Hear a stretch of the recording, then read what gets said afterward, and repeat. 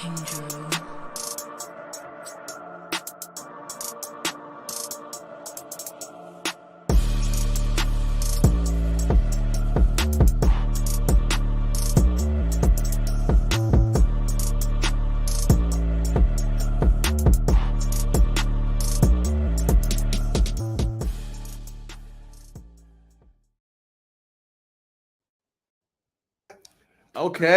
Hey. Okay, baby. Hey.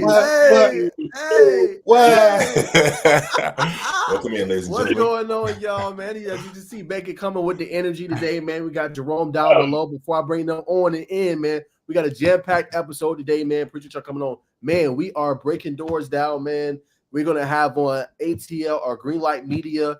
They be all over, man, the country, man. This is his first podcast, man. So we're excited to have him on. He's going to join us in just a little bit. We did that a little bit earlier, a couple weeks ago with Coach Daniels, man. So we love that, man. We love that we be in a platform where guys can come on, put their brand out there, talk a little bit about themselves, and get a little bit of a face to the brand. I thought we see a lot of brands, no face. We're going to put a face to that brand and what he's been able to do, man. He is tearing up the game, what he's able to get, what he's been accomplishing. So shout out to him. He's going to bring him on, man. But without further ado, let's bring on my two co-hosts, Jerome from Inside the Hashes and Arvon Bacon from Bacon Network, man. How y'all boys feeling tonight? Hey, blessed and highly favored, brother. Can't say doing nothing. Doing good, man. Living life. Gonna be a long off season, but football at least. But we got basketball still, man. I gotta get on. I'm part of you guys now. Are you ready? Are you ready? Aye, Captain. Oh man. No doubt, man. But Bacon, I'm starting with you on the show today, man. First and foremost, man, what have you been seeing around the way, man? What's your first and foremost for the night, man? First and foremost for the night, uncharacteristic. We're not talking about sports tonight. We're talking about real world numbers, man. We're gonna talk about East Black History Month. We're gonna talk about some black news, man. 70% of African Americans 40 or below are in the stock market right now, ladies and gentlemen. So that's big ups, man. So man, you know what I'm saying? We'll get a lot of positive stuff on us. So let's on the backs, man. So 70% 40 age or less are in the stock market right now. So you know what I'm saying? They talk about the volume. As a gentleman, we are a part of that volume. So you know what I'm saying, for the parents, you know what I'm saying, for the kids who are watching this, it don't take that much to get in. Take $100, $300, get yourself started in a blue chip. You know what I'm saying? It's better than just having that money in your savings account. You're getting barely 0.0%. You put your money in the stock market, get you a minimum 15 to 30% income return, ROI, return of investment on your money. So that's my first and foremost for the kids and the young men tonight. And the ladies for that matter. Bacon, speaking of knowledge, hey, if y'all don't know, man, hey, I fall in that percent too. As you can see, investing money, man, it is the way to go, okay? Invest that money, make it work for you, okay? You got it? Invest it. Hey, if you want some funds, VOOSPY, or you can go SSCHD. That's a dividend ETF, man. Love that Bacon shirt. That's that, man. Invest your money. Let it grow for you. More than just the savings, man. It's your sister. Collect dust. Make that money work for you. You work so hard for your money. Make it work for you, man. Love that tidbit tonight. All right, Inside the Hashes. Jerome, what you got, man? What's your first and foremost? First and foremost, obviously, Sunday was the last football game of the season. Obviously, I think it was a great game. It started off a little slow. Happy that the 49ers didn't win. Tired of their fans. They're really gross. But we got to talk about the halftime show. Come on, man. Let's be light, Jerome. Let's be light. Come on, that had to be one of the best halftime shows, man. Usher did his thing up there, man. Had the internet going crazy, man. And, your ATL guy. So I had to shout him out. That was a cool performance. I was happy to see it. Some legends out there, Alicia Keys, her, Little John, Ludacris, man, they all came out for it. So I thought that was really cool. It was awesome. I like the halftime show. All y'all haters are hating because y'all know that was a good one. So stop hating. That was a good halftime Who show. said that was a bad one? Shout to the man. The man's 45 years old, by the way. I didn't know that. The man's 45 years old. Still doing things. So still moving like that. Man, I hope I'll be. Man, that's the goal. I don't got it. But hair's still dark too. No doubt about it. For me, man, real quick, first and foremost, man, USC continues to struggle, man. Look like they're going to probably miss the tournament. That's my first and foremost coming into the season. A lot of people were high on them. They thought they would have a really good team, man. And not that they don't. I know it's, young players, Isaiah Collier, who's really elite, but only a freshman. I know they got Bronny James, a freshman. Ayrton Page is starting to come on here very, very lately.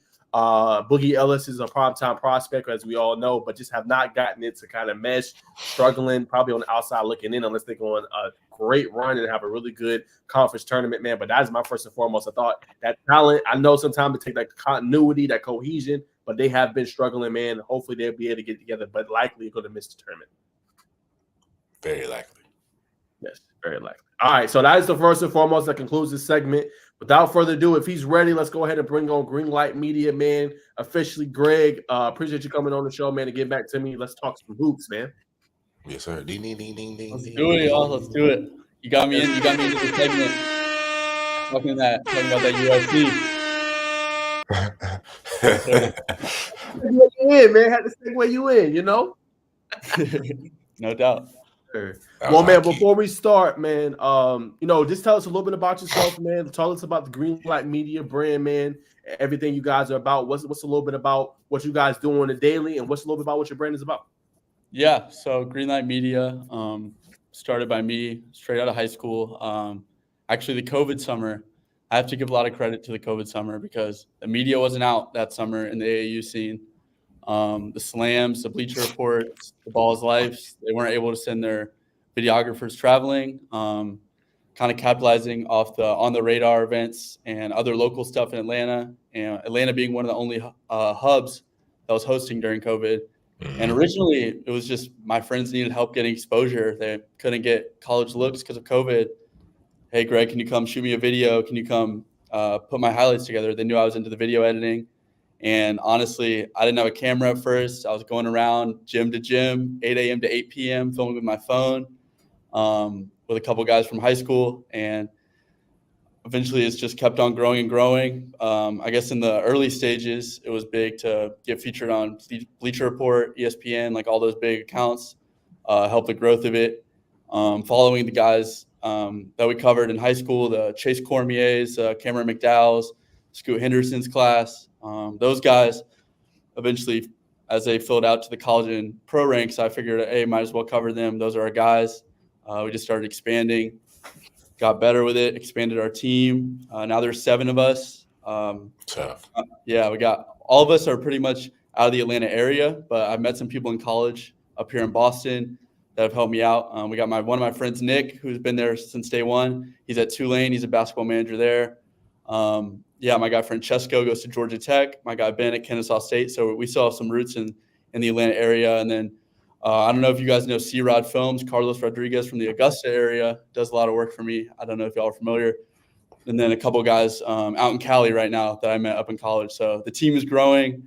The content's growing. I love helping players get to the next level. And really that's what it's rooted in at the end of the day. The numbers are great.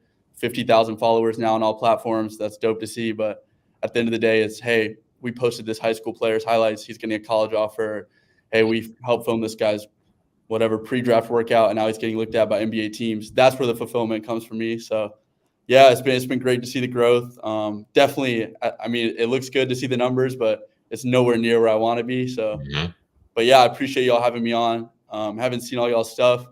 I saw you had Luke Winstall on. Pretty crazy. He went to my high school, was a year above me.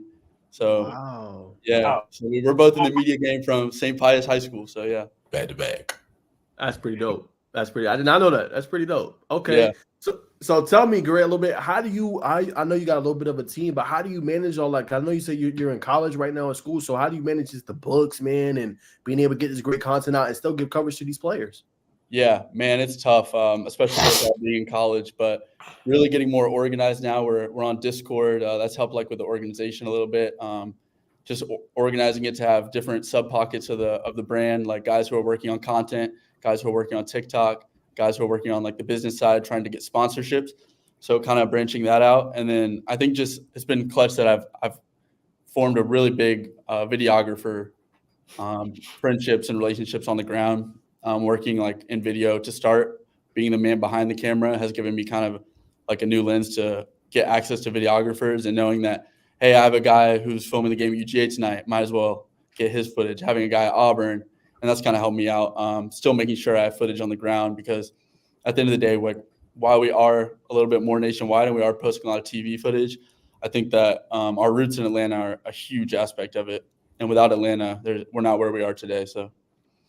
No doubt. And then I'll throw one more and then let you go ahead and Bacon because you're really good with the hoop scene. So just talk about you talked about On the Radar kind of being instrumental in getting you into the game. Talk about some of those big time events. Like let's say a person that was in your similar shoes, they want to kind of get out there and get into the hoop scene that's kind of underrated in some aspects. Talk a little bit about how do you get into the hoop scene, man, and kind of get your brand a little bit out there and be able to cover what would be some big time events someone should go to and or kind of be at in order to kind of get into the hoop scene? Yeah, I'll just start by saying, like Sean Williams On the Radar, he's just been huge for me and like what I've been able to do. Really kind of teaching me how to monetize my business, connecting me to a lot of people in the Atlanta area. That's been big. I would say when you just start into it and as a videographer or media person, you kind of have to swallow your pride a little bit. I'm sure you guys have been there too. You have to realize, hey, I'm not going to be making the big bucks right away. I might have to do these free opportunities. And it does, like the hours, they add up and you're just so frustrated. You're like, man, I want that money, but you just have to swallow your pride and you have to do it. I think of the times where I was going to shoot a docuseries at McEachern when Cam McDowell and Chance Moore were there and I wasn't getting paid, but I still knew I had to do it. I knew I had to get out there. I knew that the views were going to be there. Yeah. I think of a lot of opportunities like that. Coach Rob Allen in Atlanta, showing me the routes to the college guys and how they work out in the off season. I think that was big for me too, because at the end of the day, how many videographers are going to be at Ace Bailey's game? 25, 30? How many guys are going to be at Ace Bailey workout? One. So that's how you get, that's the one way that I really noticed that I could get ahead is by covering the workouts day to day in the summer. It might seem boring to film. Like I'm just watching a guy shoot threes for 2 hours, but the fans want to see the behind the scenes. And I think that's a big way for videographers to separate. I think On the Radar is a great place for players shooting basketball to start. I know I've met a lot of good videographers that way because the EYBLs, the big events that are down there are just so tough to get access to. OTE is also a great place. They're very good about media. And for as big as they are, I heard y'all talking about them on a previous podcast. Their access is great. They're really there to help people. And they don't treat, one thing I liked about them is they don't treat any media member above another. You're all on the media list. You know what I mean? And that I think that's different. So yeah, finding places like that, just finding players that'll rock with your content too is big. Finding guys who will work with you even when your camera work isn't as good as it should be, like to start out. So I think like for me it was Cam McDowell, Chase Cormier, players like that, Chance Moore, who even though my camera wasn't there yet, like they were still rocking with me. Hey, come out to our games, and you just form those type of relationships along the way. It really is about relationships, meeting the right trainers, meeting the right coaches, the programs that are going to rock with you.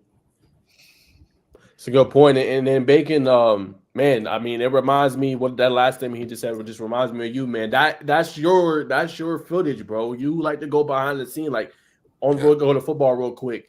On the football level, bro, like you do behind the scenes. Like we got some content about to drop on Gainesville. That's dope. Like we got a behind the scenes look at their facilities. That is your game, bro. You do a lot of behind the scenes stuff. Yeah, keep it on hush, but you do a lot of behind the scenes stuff, man. Similar to what Greg was talking about with his brand. So I throw it to you, man, to ask whatever questions, but I kind of like that about you too. You know, not a lot of people are doing that, but you do it, and I think that's what allows some of your stories to really take off, man, and just going behind the scenes and getting the look that not everybody else is getting. Man, I appreciate that, man. But great. I feel like as a matter of fact, I know it's been when Chance and Cam was playing. So however long this has been, I don't want to flash back on time. But whenever East Coweta they played McEachern on that road game, you had a little shortcut there. I'm like, who is this at the? I was at the base, but I knew by how you was locked in. I said he's somebody that's grinding, and the next day, I think I already been familiar with Greenlight Media, but I didn't, Facebook not with the brand, but I think I seen you post. I said that was him. I should have went up and said something. But we're gonna move on to the questions, man. You talked about on TV stuff, so just kind of elaborate on that and just let the people know what that's like. Yeah. So now, actually, our system, I'm really proud of it. It's taken a couple of years to like really get to this point, but every day in the college basketball season, we have we call it a tracker, like a spreadsheet that me and my guys fill out. We're tracking 85 to 100 players every night, either players that we've filmed previously, guys from the Atlanta area, or just guys that we see like highly on our draft board, or just players that have asked us to track them and get footage out for them. And I think that's been big. I think adaptability has been really big with Greenlight, because I think covering the Atlanta area on the ground, like videography, and going from high school to high school, I realized I could only do so much as one person. And I kind of had to accept the fact that even though it was kind of like swallowing my pride, that I needed to grow and I needed to find a way to get into the college space a little bit. And I didn't have the funds, obviously, to send videographers to every college game or even get media passes to every college game. So it was like, oh, how can I get a foot in the door? And it just started by posting TV footage, really, pulling clips off YouTube, Gotcha.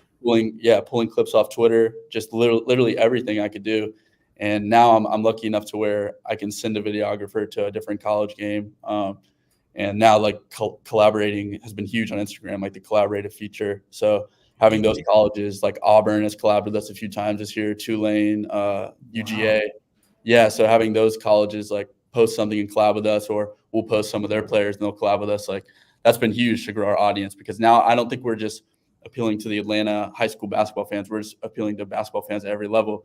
So I think adapting and knowing that we needed to grow and we needed to figure out a way for the company to still be around in college, because while we're in college, because if we're in college, we knew that we had the reality check that we couldn't be at every high school game. And as much as it hurts me, like I'll see some of these guys' stat lines in Atlanta, and I'm just like, damn, like I wish I was at those games, but you can't get everything. And that's the tough part about it. But yeah, being able to adapt to the college level and knowing that I'll get footage on the ground when I'm back home and I'll find other ways to get it. So kind of like the by any means, I guess, strategy. I like that. Just kind of elaborate on just building a network with other videographers. A lot of, in this space, man, it's tough and it's easy to build relationships. You got a lot of people who want to do it's me.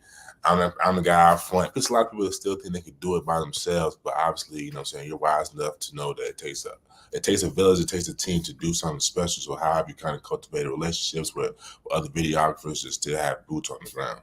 Yeah, I think with videographers, there's just so many talented kids and guys just doing it now. Like there's just so many great people in that space. It's really taken off. I remember shout out to like Kashi V and Ultra Films back in the day. Those are two of like the guys that really got me into it when they filmed like Davon Smith and Sharif Cooper back in the day, and those players. But there's just so many talented guys. So for me, it was always just like, well, I knew the videography business was kind of like, it was really competitive. And I would notice that a lot of guys weren't rocking with each other. It was a very competitive business. Like they wanted to one-up each other. But for me, I was always like, I know that my content and quality isn't as good as far as like the video editing and the mixtape style. So for me, it was always like, I'm going to try to form a relationship with this guy. I'm going to try to get to know him. And I think just like getting as many contacts as I could on the ground, and always knowing that, hey, maybe this guy will be shooting a game that I need eventually, or maybe like our paths will cross. I think now, like with my guy, Carlos Rodriguez, C-Rod Films in Augusta, it was kind of the same way. We'd always cross paths. It was cross paths, and we would just be kind of on a name-to-name basis. And then eventually we kept growing individually, and we realized it'd be beneficial to partner up. And now he does a ton of work with me at Greenlight. And I think just forming those type of relationships, I'm still great friends with a lot of guys on the ground, the J-Dope Effects, the Nasties, the Eli Made It's. Like those guys are like still my guys at the end of the day. Like there's just so many people in the space. So I would just say, like, as far as I kind of went to the strategy with, like, I'm not going to try to outdo somebody. I'm just going to try to form a relationship with them. And even like when they would post, I'm just commenting like good stuff, like, giving them the love they deserve, giving them their flowers. I think a lot of times like people are so quick to say like, I want my brand to win, that they forget that just helping out and showing love to other people, that's not going to hurt your brand. It's not a one-on-one competition. Everybody can have a place at the table. That's kind of like how I view it. So that's dope perspective, man. You sound like you have your old jaw going on 36. But, nah, for real, brother's got some wisdom. It's probably the Greek thing, a little Aristotle vibe. You listen to his Stoics. But appreciate that. Most definitely, brother. Just talk about the AAU scene. We've been hearing a lot of news about in the Euro League, I won't say Euro League, but in Europe, they kind of take more of an emphasis on practice, and America's been getting a lot of pushback on like, hey, y'all playing a lot more games. We see it a lot with Alex Sarr, the other brother who's now the number overall rated prospect, just kind of getting a lot more light. So do you feel like the AAU space should change? There should be a lot more just not as many games and sprinkling in a little more practices? Yeah, I think that's a really tough question. A good question, but I think that a lot of it is that the brand of basketball being played at a lot of the AAU games that I'm looking at, it's a lot of solo ball, it's a lot of individual ball, and I think that a lot of the guys coming up in Europe, it's really team oriented, and I just see that just the culture that's surrounding AAU right now, it's just very individualized, and I think that a lot of it comes down from the adults, right? I think that these kids are under so much pressure.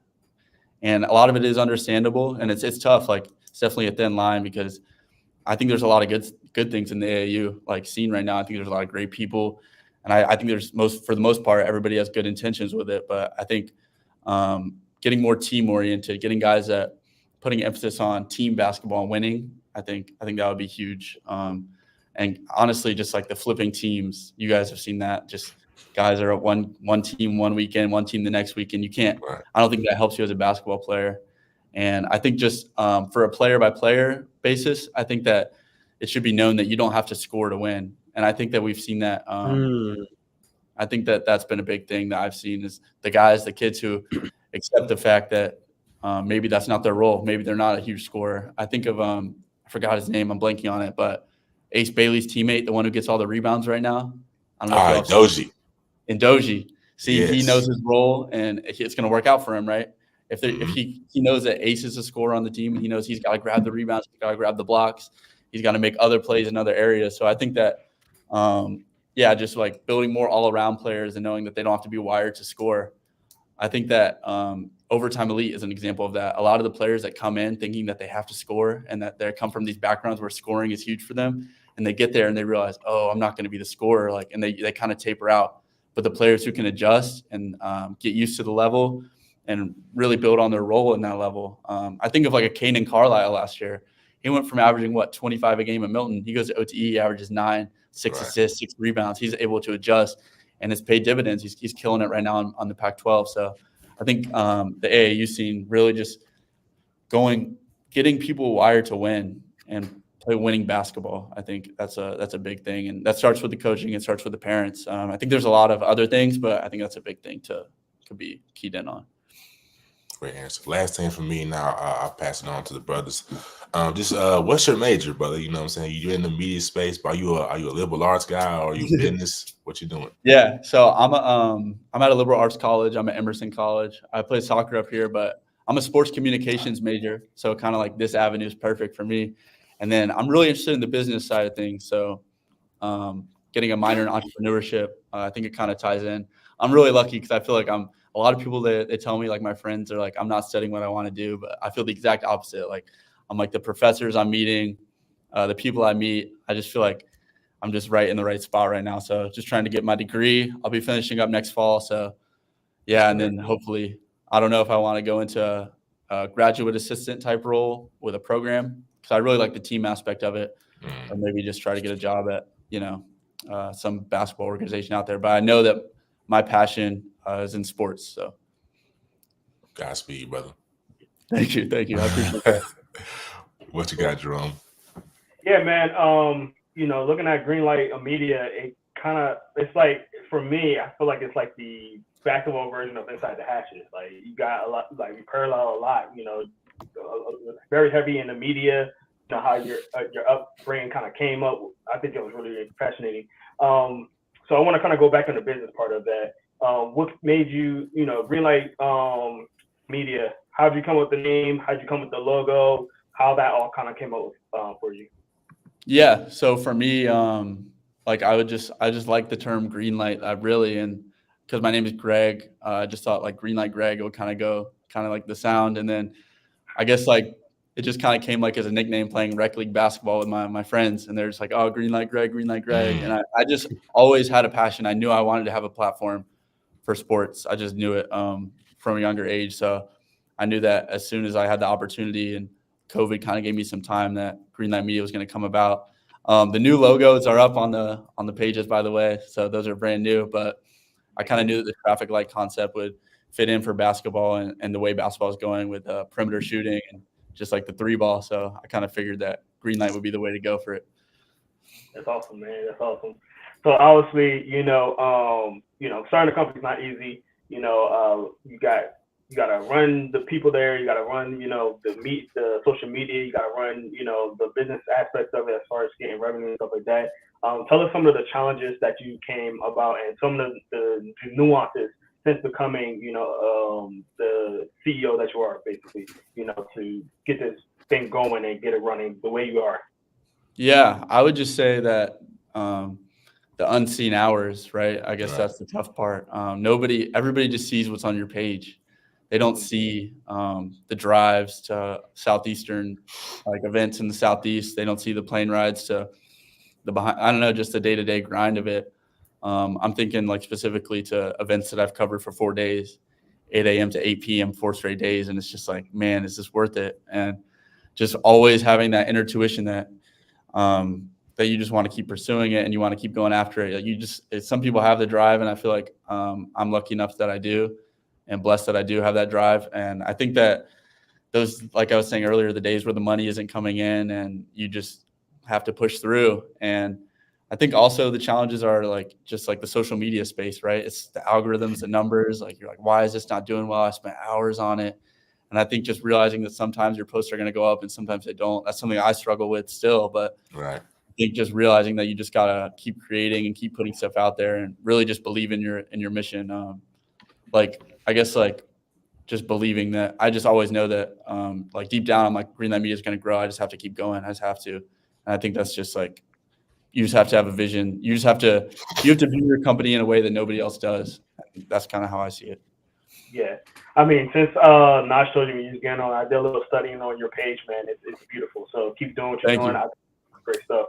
I appreciate that. Definitely. Tell us a little about connecting with other people, not only just the videographers that you brought on, but people in the media area, because I know us three, we all kind of have that same feel.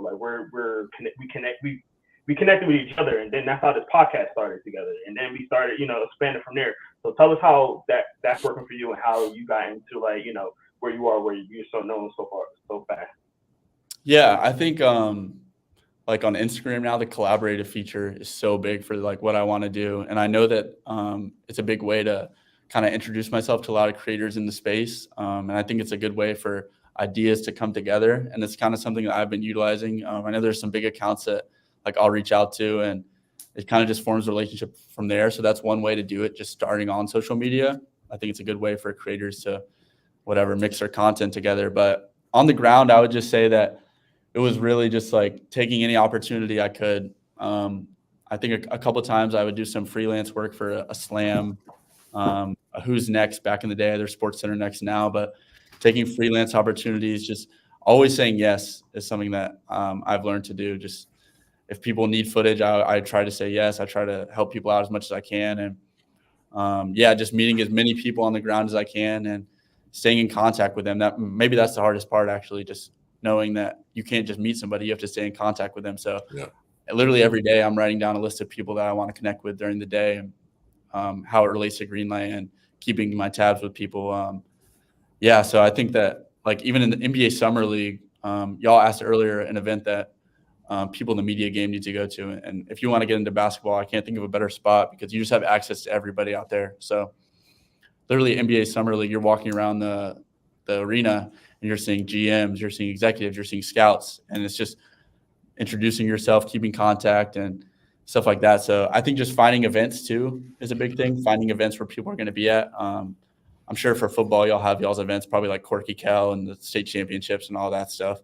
But for basketball, I would say all the intro tournaments that On the Radar hosts, different stuff like City of Palms is big for high school. So just finding those type of events where media are going to be at and being open to meeting people is big for it. Definitely. I like that, man. Now, my last question, I'm going to give it up back to these guys. I'm asking this question for a friend. So Just so you know, somebody that's really into football, but football's over now, so they're trying to get into basketball. You got to say it's a friend, brother. You could have just said you. dog. That's you. That's you. Oh my God. Yeah, so I would just say for that, there's no better place to be in than Atlanta. Just thinking about the guys that have come up, you got Jaylen Brown, you got Anthony Edwards, you got Colin Sexton, you got Sharif Cooper, you got Isaac Okoro. Those are just some of the guys. And this year out of Atlanta, you got Collier and Castle, who in my opinion are no doubt lottery picks. And the year after that, you'll have Ace Bailey going top 5. And then the year after that, you'll have Caleb Wilson going top 5. So it's right there in your backyard. I know football is like a passion for a lot of people in the South, but especially with the playoffs coming up, playoff basketball, nothing like it. A lot of the student sections are going to be super into it. So I would just say, yeah, just getting out to as many high school games as you can. I think it's easy. Like it's kind of harder in Georgia with the college team struggling a little bit, but I would say that like the high school level it's awesome. So having an appreciation for the grassroots level and then hitting a Georgia Tech game and a big ACC play, a Georgia State game, you got a lot. Kennesaw State, obviously. So yeah. Thank you. Well, my friend thanks you, man. No doubt, man. And to kind of expand off that, I got to go with what Greg said, man. Definitely go into OTE. Like when I say the access is there, like you want to see some really good basketball, like they arms is open, man. They really welcome you in, man. That's some high level basketball. That's really where a lot of top prospects go, before they go off to school, man, just to kind of refine their game. And like he said, kind of just be a good all around player. So that's another good one too, Jerome. My question to you, man, just far as prospects, man, who's been the best one you think you've seen so far in your career, and who do you think is the best player in this 2024 class? Man, 2024 class, I'll say that for a while I was set on Cooper Flagg. I was like, this guy's the most polished player. What he does on both ends, he's just polished, right? I think for me, I was always like, Ace has the long term, like Ace Bailey can do things Cooper Flagg can't do. That's how I see it.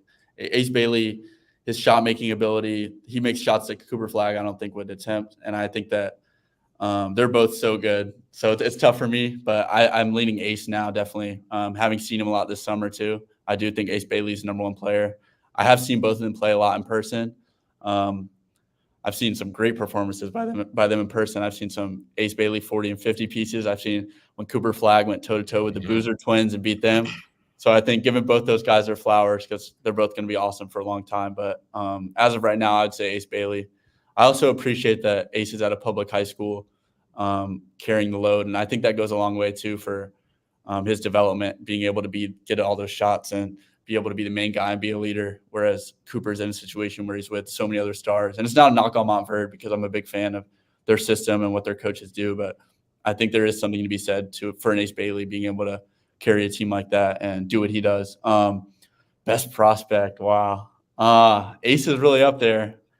I used to always say that it was Scoot Henderson. I don't know if he's the best prospect I've seen, but seeing those games at Cal High School in person, it was a sight to be at. So it's tough for me to do that. There's been a lot of prospects that I've really, really liked along the way, but yeah, Ace is up there. And I saw him a lot on the radar too. So maybe that's why I have the bias working for top three. Yeah. I mean, Ace is up there. He's elite. No doubt. And then I want to play a little bit of devil's advocate. I thought you put up a good point when you were talking about 24 class and how you kind of like that Ace is at a public school doing it.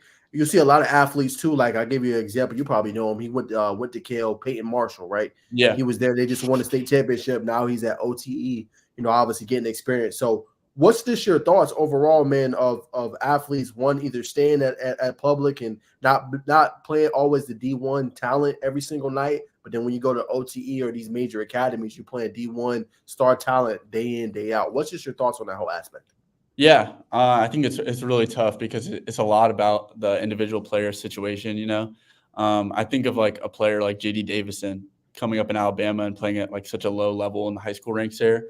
On one side, he's a legend in the state of Alabama, maybe one of the best high school basketball players to come through the system.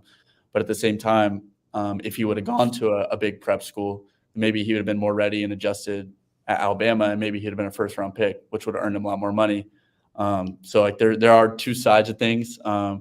I definitely have a soft spot for players leaving after they won a state championship. So I would say like the Peyton Marshalls and the Kaden Carlisles, like you've kind of already accomplished what you set out to do in high school. And I also really I don't mind at all when players go for their senior year, because I think it's like a lot of them, especially in the era we're in now, like these guys are treated like pros at such a young age. Mm-hmm. So it's really like you're going to high school for 3 years, and then it's kind of like you're in between high school and college at OTE, because it's like a step up. I think it's above the high school, obviously above the high school. So kind of getting adjusted to that your senior year. And I definitely think that for a lot of players, staying at your public high school for your first 3 years can only help you. I've seen players too that have gone to 4 different high schools, and it's not beneficial. So yeah, I think that there's pros and cons to both, but it really just depends on the individual situation, because there is something to be said as staying at your local high school and winning, but there's also the other avenue where you're going to a prep school and you're building your game, you're learning how to play with great players. So I think it's the best of both worlds. No doubt about it, man. And then now I want to transition to the college game before I throw it back to Bacon. I want to get your thoughts, man. Like USC, having all that talent coming in, we felt like they were going to be a really, really good team this year. Just give your kind of thoughts on that a little bit. And just talk about the whole – I'm not going to lie to you, man. I think this year, like, it has the chance of being one of the better years for college basketball. I know last year was a little bit of a letdown. Only reason I bring it up is because of the parity, right? Mm-hmm. And I think it's like right now so many ranked teams are losing, right? Usually you'll see a very dominant team in college basketball, but there's so much parity now. And then now what I love too, and get your aspect on this, the top players are now going to schools. Like before, it used to be, okay, they're going to go to the G League, play for G League Ignite. But now you got the Cooper Flash going to Duke. You got the Isaiah Evans going to Duke. You got Ace Bailey going to Rutgers. Dylan Harper going to Rutgers. So just talk about that aspect too of seeing some of these top guys now going back to college. Yeah, I would say with the first part of your question, it just goes to show how hard it is to win in college basketball. There's so many dudes. There's so many good players. Like there's guys that, I mean, people don't even see on social media.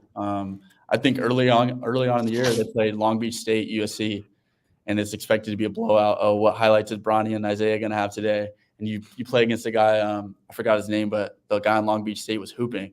And there's just so many guys like that in college basketball. These guys are sticking around now for 4 and 5 years.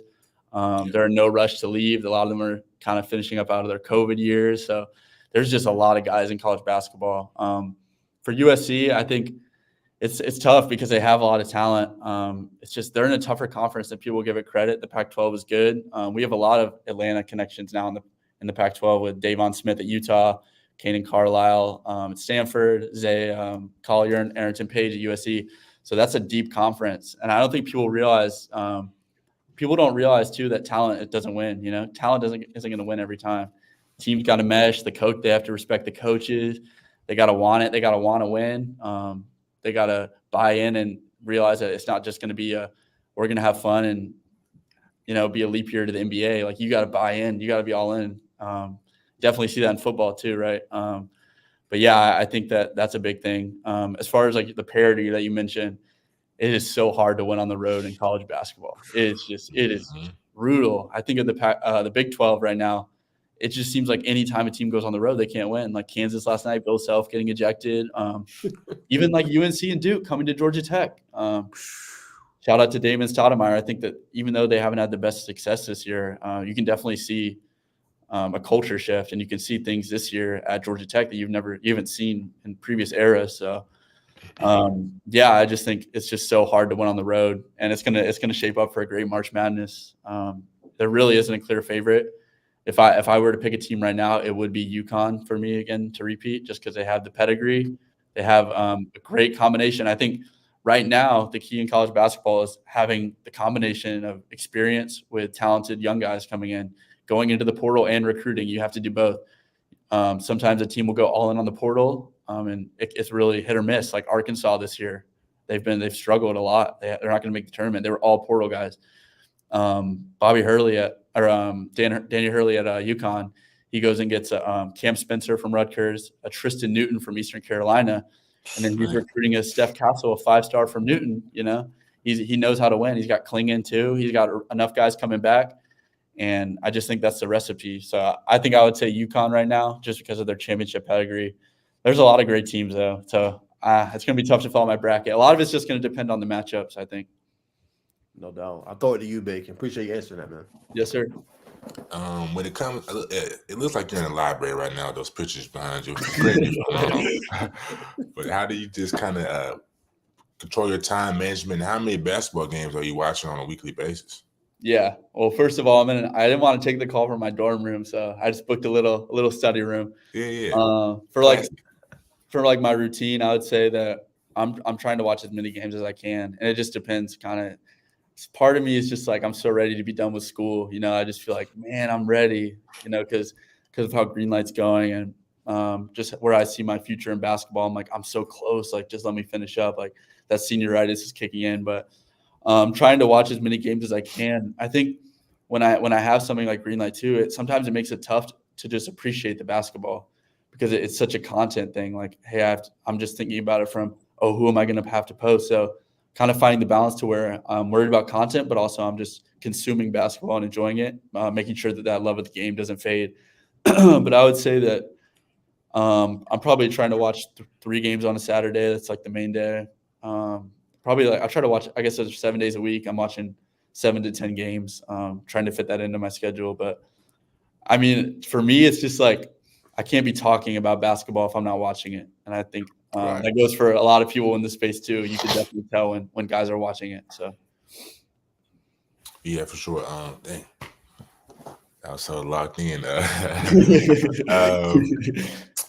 Just elaborate a little bit. It's kind of back to the time management thing.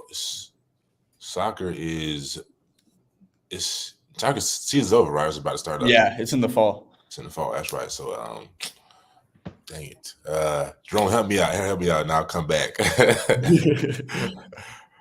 All right, cool. So I was going to ask about, you just talked about balancing, watching the games and being able to watch the games and also fatigue. How do you keep yourself from being fatigued? Because, I watch football all day. Even in the off season, there's the draft, the combine, stuff like that. And I know it's the same thing with basketball, but, there are times I'm just like, I'm burnt out on football, like, which is crazy because I love football. I made a whole company about football. Is there times that you get burnt out from just basketball? And if there is something that kind of like copes you from that, obviously, I guess soccer would be the thing for you. But is there anything else that kind of like keeps you from like, having that fatigue in basketball?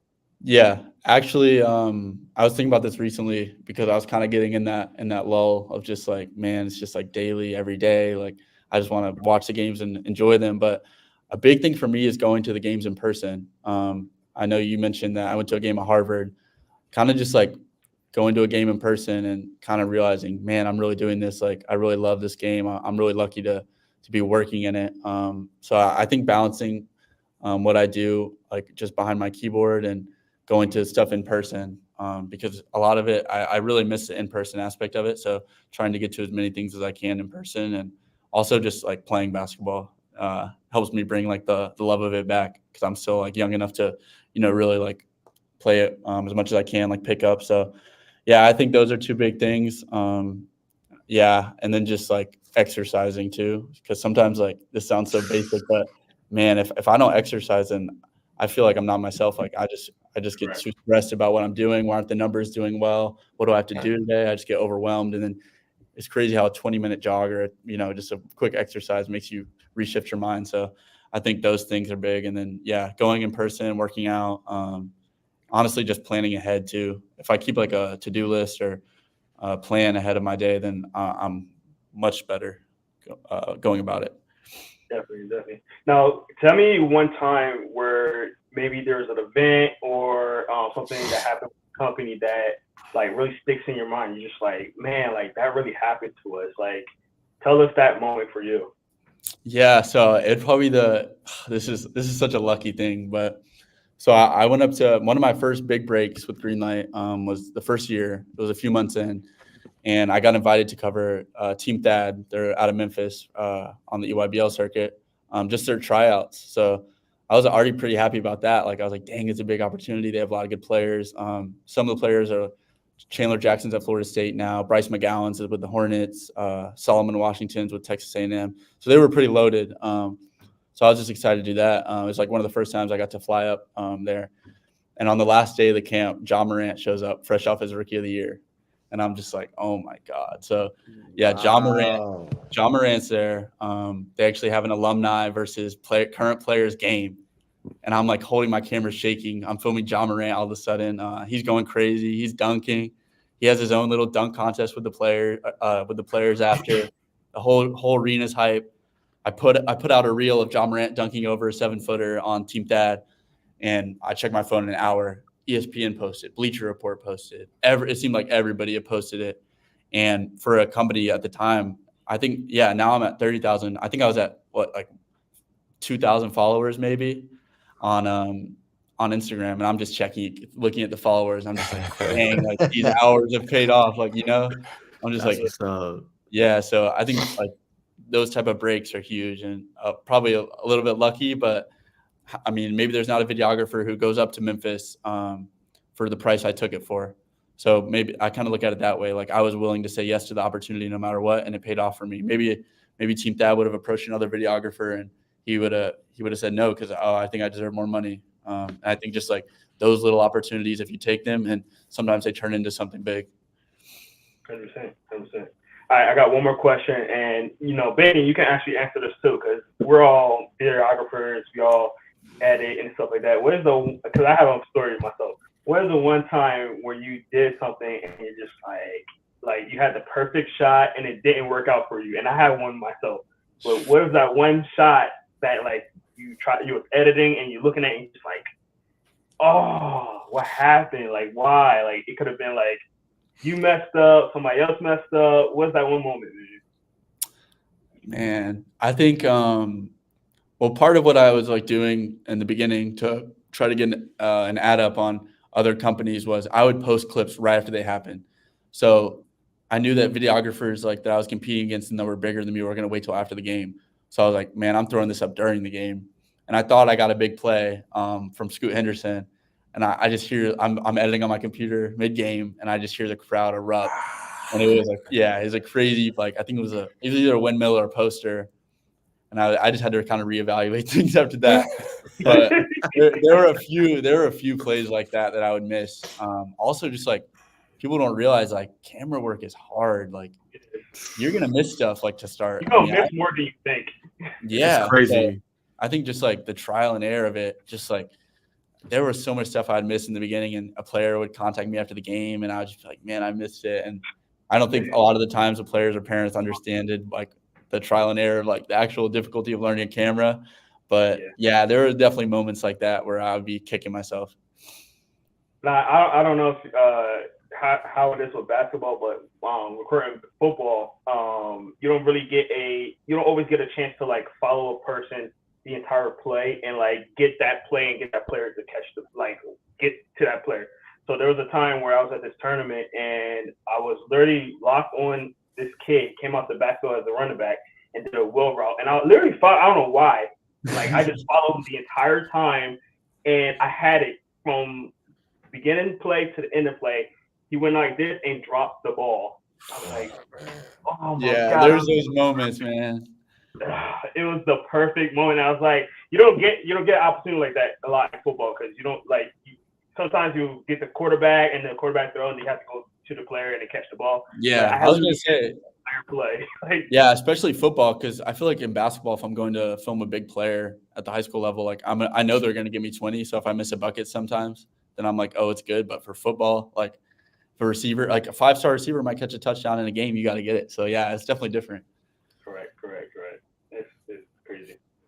But go ahead, Bacon. I just want to ask you, man. WBB is growing right now and its popularity finally. So have you and the guys kind of wrapped your head around like I mean I know it's a lot going on in men's, but have y'all decided to go after WBB and not just the upcoming? Yeah, I guess like internally, it's always been something that I've wanted to get into. It's just like with our college schedules, it's so frustrating for me because I see it's blowing up, right? And I see that like the level is increasing, the exposure is increasing, and there's a need for it, I think, at the grassroots level still. Like where men's is like so populated and there's so many people there. Because a lot of people are like, oh, why don't you post Caitlin Clark? Like, why don't you post Angel Reese? I'm like, I don't think that's where it's needed right now. I think it's needed at the high school level. And I need to form more connections, but it's something I really want to do in 2024. And it's probably something I should have already done. It's just like, it's nothing like about the game. It's just about obviously the numbers. I just don't have it right now. And I think also financially I have to get my numbers up there a little bit more before I go into it. But no, that's a great question. Honestly, like if I were like to give myself like a few critiques of what I could do better and like self-evaluate, that's like one of the big things, like, cause it's just like, you're missing such a big avenue. So hopefully soon I'll be able to get into that. I know when y'all get in, it's gonna be crazy. But content when you're kind of decompressing or just looking for inspiration, like I watched $1 million worth of game. I type into David Goggins a lot. Who's somebody you kind of watch, kind of just, you know what I'm saying, get you going back right, or just kind of just maybe decompress for a little bit, man? What content creators you watching? Yeah, I guess for like the big things, I love to watch the 30 for 30s by ESPN. I think that kind of gets my juices flowing because it kind of reminds me that, for a lot of these players, like I'm telling a story, and who knows, like one of these players, like a Scoot Henderson, maybe they'll need my footage one day when their documentary is being made about them. So I guess kind of like that, just bigger perspective. For content creators coming up, it was Ultra Films and its Grayson stuff. It was Cashy V. And then there's a lot of the guys that are in the mixtape business, like Nashy FX, J-Dope FX. There's a lot of big content creators in Atlanta specifically that really helped me get into it. Especially like with Sharif Cooper's year. He had so many mixtapes coming out, and I was like, man, this stuff's cool. So I think that was pretty big. I think that just like always finding time to kind of plug away Greenlight Media and maybe just like start going to YouTube and start learning about more content creators that can only help like get my juices flowing. I think that there's a lot of also just like just looking at bigger accounts too on Instagram for me is sometimes big, like just going to a Bleacher Report, going to a Slam and seeing like how they're setting the trends and how I can maybe find something that they're doing and adjust it a little bit and go from there. But at the same time, there's that other side of it where you're like, I don't want to keep doing what other people are doing. So kind of trying to just get a blank sheet of paper and jotting stuff down, just random ideas, like brain dump, just get everything out. It could also be equally beneficial. Does Greg take any days off? Not during the season. I actually think that I've posted at least one post to my page on Instagram every single day of the college basketball season this season. So, wow, that's dope. So, last thing for me, man. You don't put too much of your family, your personal life out there, which is a good thing. Just kind of, I know for me personally, man, I know right now it's like a big sacrifice time for like family. Like, I just went to some of my cousins for Super Bowl Sunday for the first time in a while, and me and my partner got up yesterday for the first time in a while. So kind of just what's it like, man, separating work from family time, and how do you kind of appease the family and keep them like, Greg still comes around, I still love y'all. Yeah. I guess one thing that Greenlight, completely separate from basketball, really showed me was that which people are going to rock with you no matter what. Because when you start your own business, as you guys know, there's going to be people who are like, what are you doing? Like, what is that? And I think it was like, especially coming out of high school, and a lot of those people are still at that age of judgment. And people would come up to me, oh, you're doing that filming thing now? Like, oh, you're doing that basketball thing now? Like, what even is that? And you know what I mean? Like, just kind of knowing then immediately, like, who's there, like, who are going to be your close friends going forward, and people who are going to rock with you no matter what you were doing, and being there day one for your business, like supporting you, I think that kind of opened my eyes right away. As far as the family side of things, I would say like with my girlfriend now, it's kind of like striking the balance, right? She's like, oh, do we have to watch all these basketball games every day? Like, are you going to put your screen down? Like, tomorrow's Valentine's Day. So like finding that balance. And then same thing with my dad and my sister at home, like just knowing that sometimes like it's better to put the screen down and be with your family.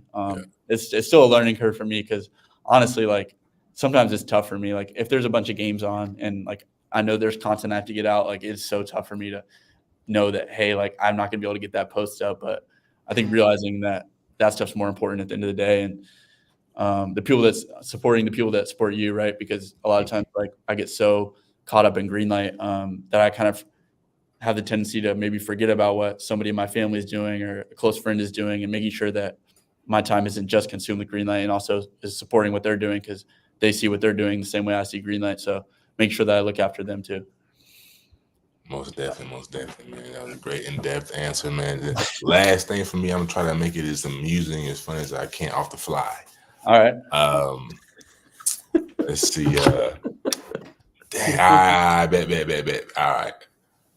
If you had the opportunity, well, if you were playing one-on-one Malaysia football, how would it go, bro? You know what I'm saying? Oh my God. You gonna get the bucket, you gonna end up on your ass, you know what I'm saying? What's going on? I can't stand when people are like, oh, like I'm giving her buckets, like I'm giving, like, you know what I mean, like how people view like women's hoopers. I'm just like, oh my God, people are so full of it in the comments on social media. So I'm gonna be straight up and honest that I would get cooked by a player like that, of that level. For sure, man. Appreciate you, bro. Thanks for coming on. Jerome, I just had like one or two more I want to ask before I let him go. Is there anything else you have before I close? Okay. I wanted to ask you, don't reveal too many secrets on this question, man. Just I'm curious though.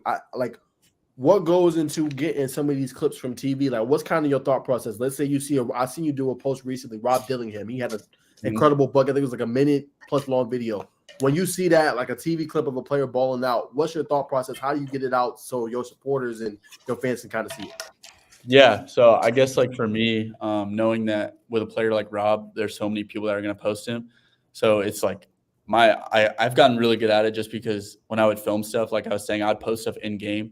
So I think that my like ability to get a clip out before anybody it's always huge because at the end of the day, you're fighting against the algorithm and the first ones are going to do the best.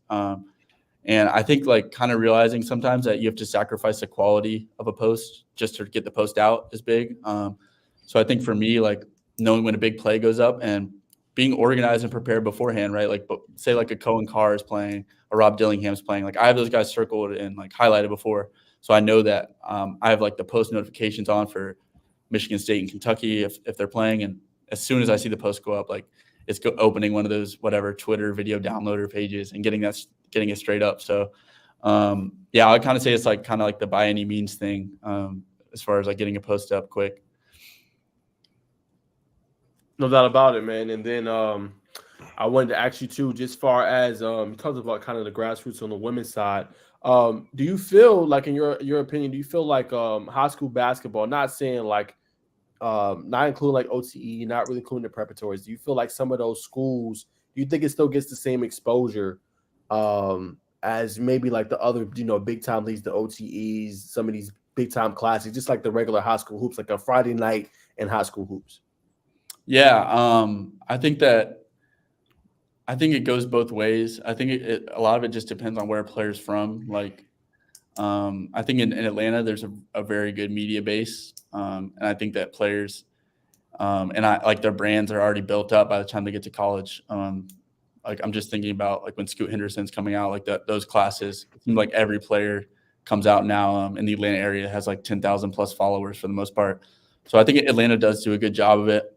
There are still like the players that are going to fall through the cracks. Like I'm thinking of a Jeremiah Wilkinson at TSF, committed to Cal. He averages like 35 a game. I don't see any footage out on him. Yeah, and there's always going to be those type of players that maybe the media misses, and maybe the media, I guess like even myself included, definitely could do a better job of realizing that there's players out there that aren't getting the love. Maybe we don't have to be at every single Caleb Wilson, Ace Bailey game. So I think it's definitely favors certain players over others. It's certainly beneficial though for players that are on like the Nike EYBL Scholastic scene or whatever, and all the big prep schools, because each game's on ESPN. And I think it's really key now, like what I'm doing and what a lot of these other media people are doing, because these kids, like a lot of how much money they're going to be making in college is based off how big their social media followings are. So I think the media game is bigger than ever, right? Like their NIL evaluations when they get to college is so much to do with high school, more than you think. So kind of realizing too for parents and coaches of high school programs to be helping these players with their social media pages early and to help get their names out early, because at this day and age, like you're missing out on money if you don't. So, and I know that like social media isn't everything, but as far as players getting checks, like it's a big thing. So. No doubt. And then the last question, I'll let you get out of here, man. What is your favorite thing about the sport of basketball? And then as an aside to that, what was your thoughts on the viral dunk? I know you've probably seen, I think you posted about it, just Ace Bailey windmilling poster over someone else. What's your thoughts on that? Yeah. Wait, what was the first question again? My bad. I was zoning out about Ace Bailey. No problem. I said, where did your passion kind of for the sport of basketball come from? Everybody have different avenues. Some people like soccer, football. What did your kind of passion from the sport of basketball come from? Yeah, I think for the sport of basketball, it's just like how much can go into the final play and like just the energy in the arenas. I think there's nothing like it, like after a big dunk in a basketball game or after a game-winning shot. I know we have some football guys, but for me, that's what it is. And even like the starting lineups before a basketball game, I think no matter where I'm at, like if I'm at Harvard, if I'm at a high school game in Georgia, as soon as like the lights dim and I hear the starting lineups, like I still like get the same chills. So I think just like, yeah, like just the game aspect of it. And I think the thing I like most about basketball too is when players finally make it and whenever they're able to give back to like their communities and, you know, help out their families. Like for me, like that's just, it's dope to see. Like even like a player that I've covered since like freshman year, like Darion Reed, to see him like make the McDonald's All-American game. It's so cool to see like just the reactions from family and everything. So I think just like it's still for me, just like seeing the players have success and being able to give back. And then, yeah, like I said, like the excitement of a gym before a game. And then, yeah, that's the best dunk I've probably seen at the high school level, just to be honest. I to be able to do that, a windmill over somebody in an and one, like I don't think people like that is just, it's different. There have been some great dunks that have, like, it was making the rounds. Like, did you see how everybody was comparing it to other dunks? But Yes, it's up there. It's definitely up there. There's is some that? great, No, go ahead. No, go ahead. no, I was gonna say like Seventh Woods in high school had some crazy dunks, like Zion. But I mean, catching it out off a lob, he was like his body was like falling forward. It was crazy. That was special. Yeah, and as a side to that, I was going to ask you: is that the best play you've seen this in high school basketball season, or is there another play you would say This season, yeah, that has to be for this season. He's probably had plays that are up there with. He's probably rivaling himself with other plays like that. But Right. for me, it's that play.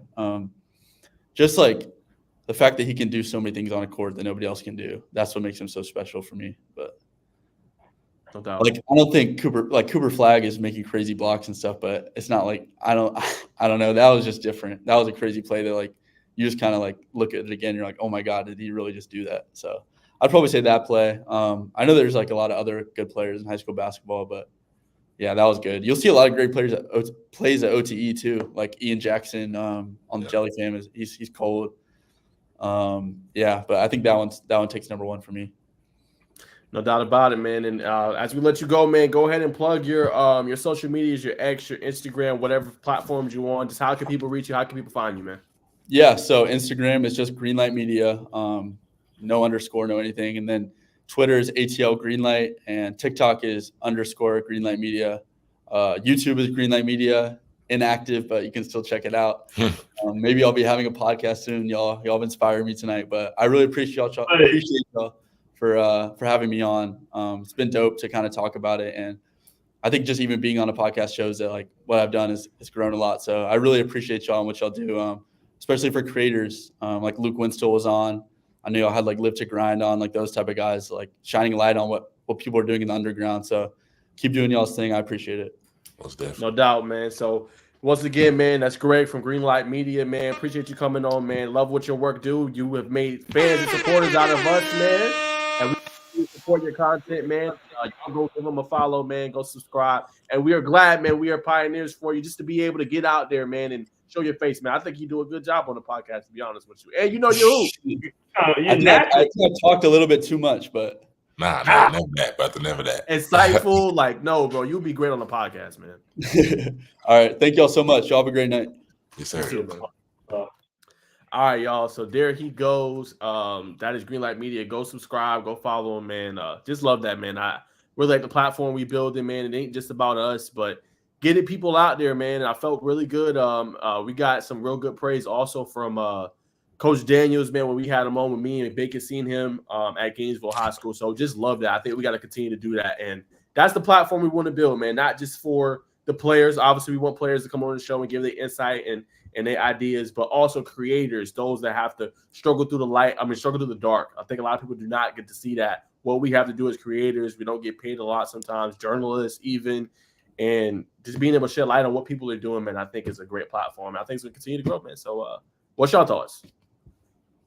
Man, I just love the love, man. I love the love from, our guests. I love the love from our viewers, man. It just tells that I feel like we're doing some great stuff by putting people's faces out there, man. So this is like my dream podcast, man. This is what I wanted to do, like be able to not only have a podcast where we're just giving out information, but being able to show the love, and be a community with our viewers and our guests. So shout out to Greg, man. I know this is your first podcast. You did an amazing job, man. I know you probably watching it right after this. Listen, man, do your thing. Get on that podcast. We would love to get on. Do your thing. For sure. Yeah, man. Anyway, we can support and help. Trust me. After Anyway, brother. Anyway. But kind of piggybacking off what y'all said, man. Yeah, this is like kind of Jerome said, this has kind of been a dream thing just to have like people on and tell their story, man. My whole thing is to let people tell their story. But the biggest thing is letting these other people know and upcoming journalists and content creators know that this ain't for the week, player. This ain't not for the week, man. I know coming out, we was like, man, we finna get out, we finna be Stephen A. 2-3 years out of college, I'm be like this with Skip and shit, but it's not. It's far from that. The industry is changing, so you gotta pay your dues, man. You gotta do your time, man, and just allow them to see this, what's going on, and hearing it from like, oh, I watch you, like I aspire to be him, or I aspire to be Nigel Book, I aspire to be somebody like Inside the Hash, I aspire to be Bacon. Like to hear their story, that it's a grind, and the earlier you get started, honestly, it will cut down your mid-20s, your early 30s is just like grind, getting out of the mud and manifesting. So I just feel like it's big for the upcoming generation. That's what it's all about, man. Just letting them hear what's going on. But like y'all said, it's a dream come true, even though I'm sitting inside my room. hey, me too. Hey, me too. And photos are on the way too. This plain background will not be. Next week could be different. Yeah, I'm about to upgrade this too. I have to upgrade on me. Upgrade on the way. I should have kept on the hush. But listen, like I have wholeheartedly know that with this platform and support we're getting and the guests we're getting on, this thing's gonna go crazy. And one day we are going to be able to get in one room and bring guests on. So I know that's going to happen very soon. I don't think that's a 2-3 year thing. That's going to come soon. So trust me, I already had that in my head. I'm just like, how we're going to get this done. So I've been talking. We'll talk after this podcast. So I've been, talking about a little bit on the side. But yeah, man, we're going to get that soon. We're going to get that soon. Trust me. Yeah, our own production team. Sir. We just the hosts. No editing or nothing. We just hosts. After the show like this up. Thank y'all for coming. Hey, I get too quick. My chest got cuts in it. hey, had some props too, bro. Yeah, had some props on the show, But yeah, man. So yeah, once again, man, shout out to him, man. We're gonna continue with great guests. I feel like all of us do a good job. Jerome getting the players, just phenomenal. Getting some of these people to come on, Bacon.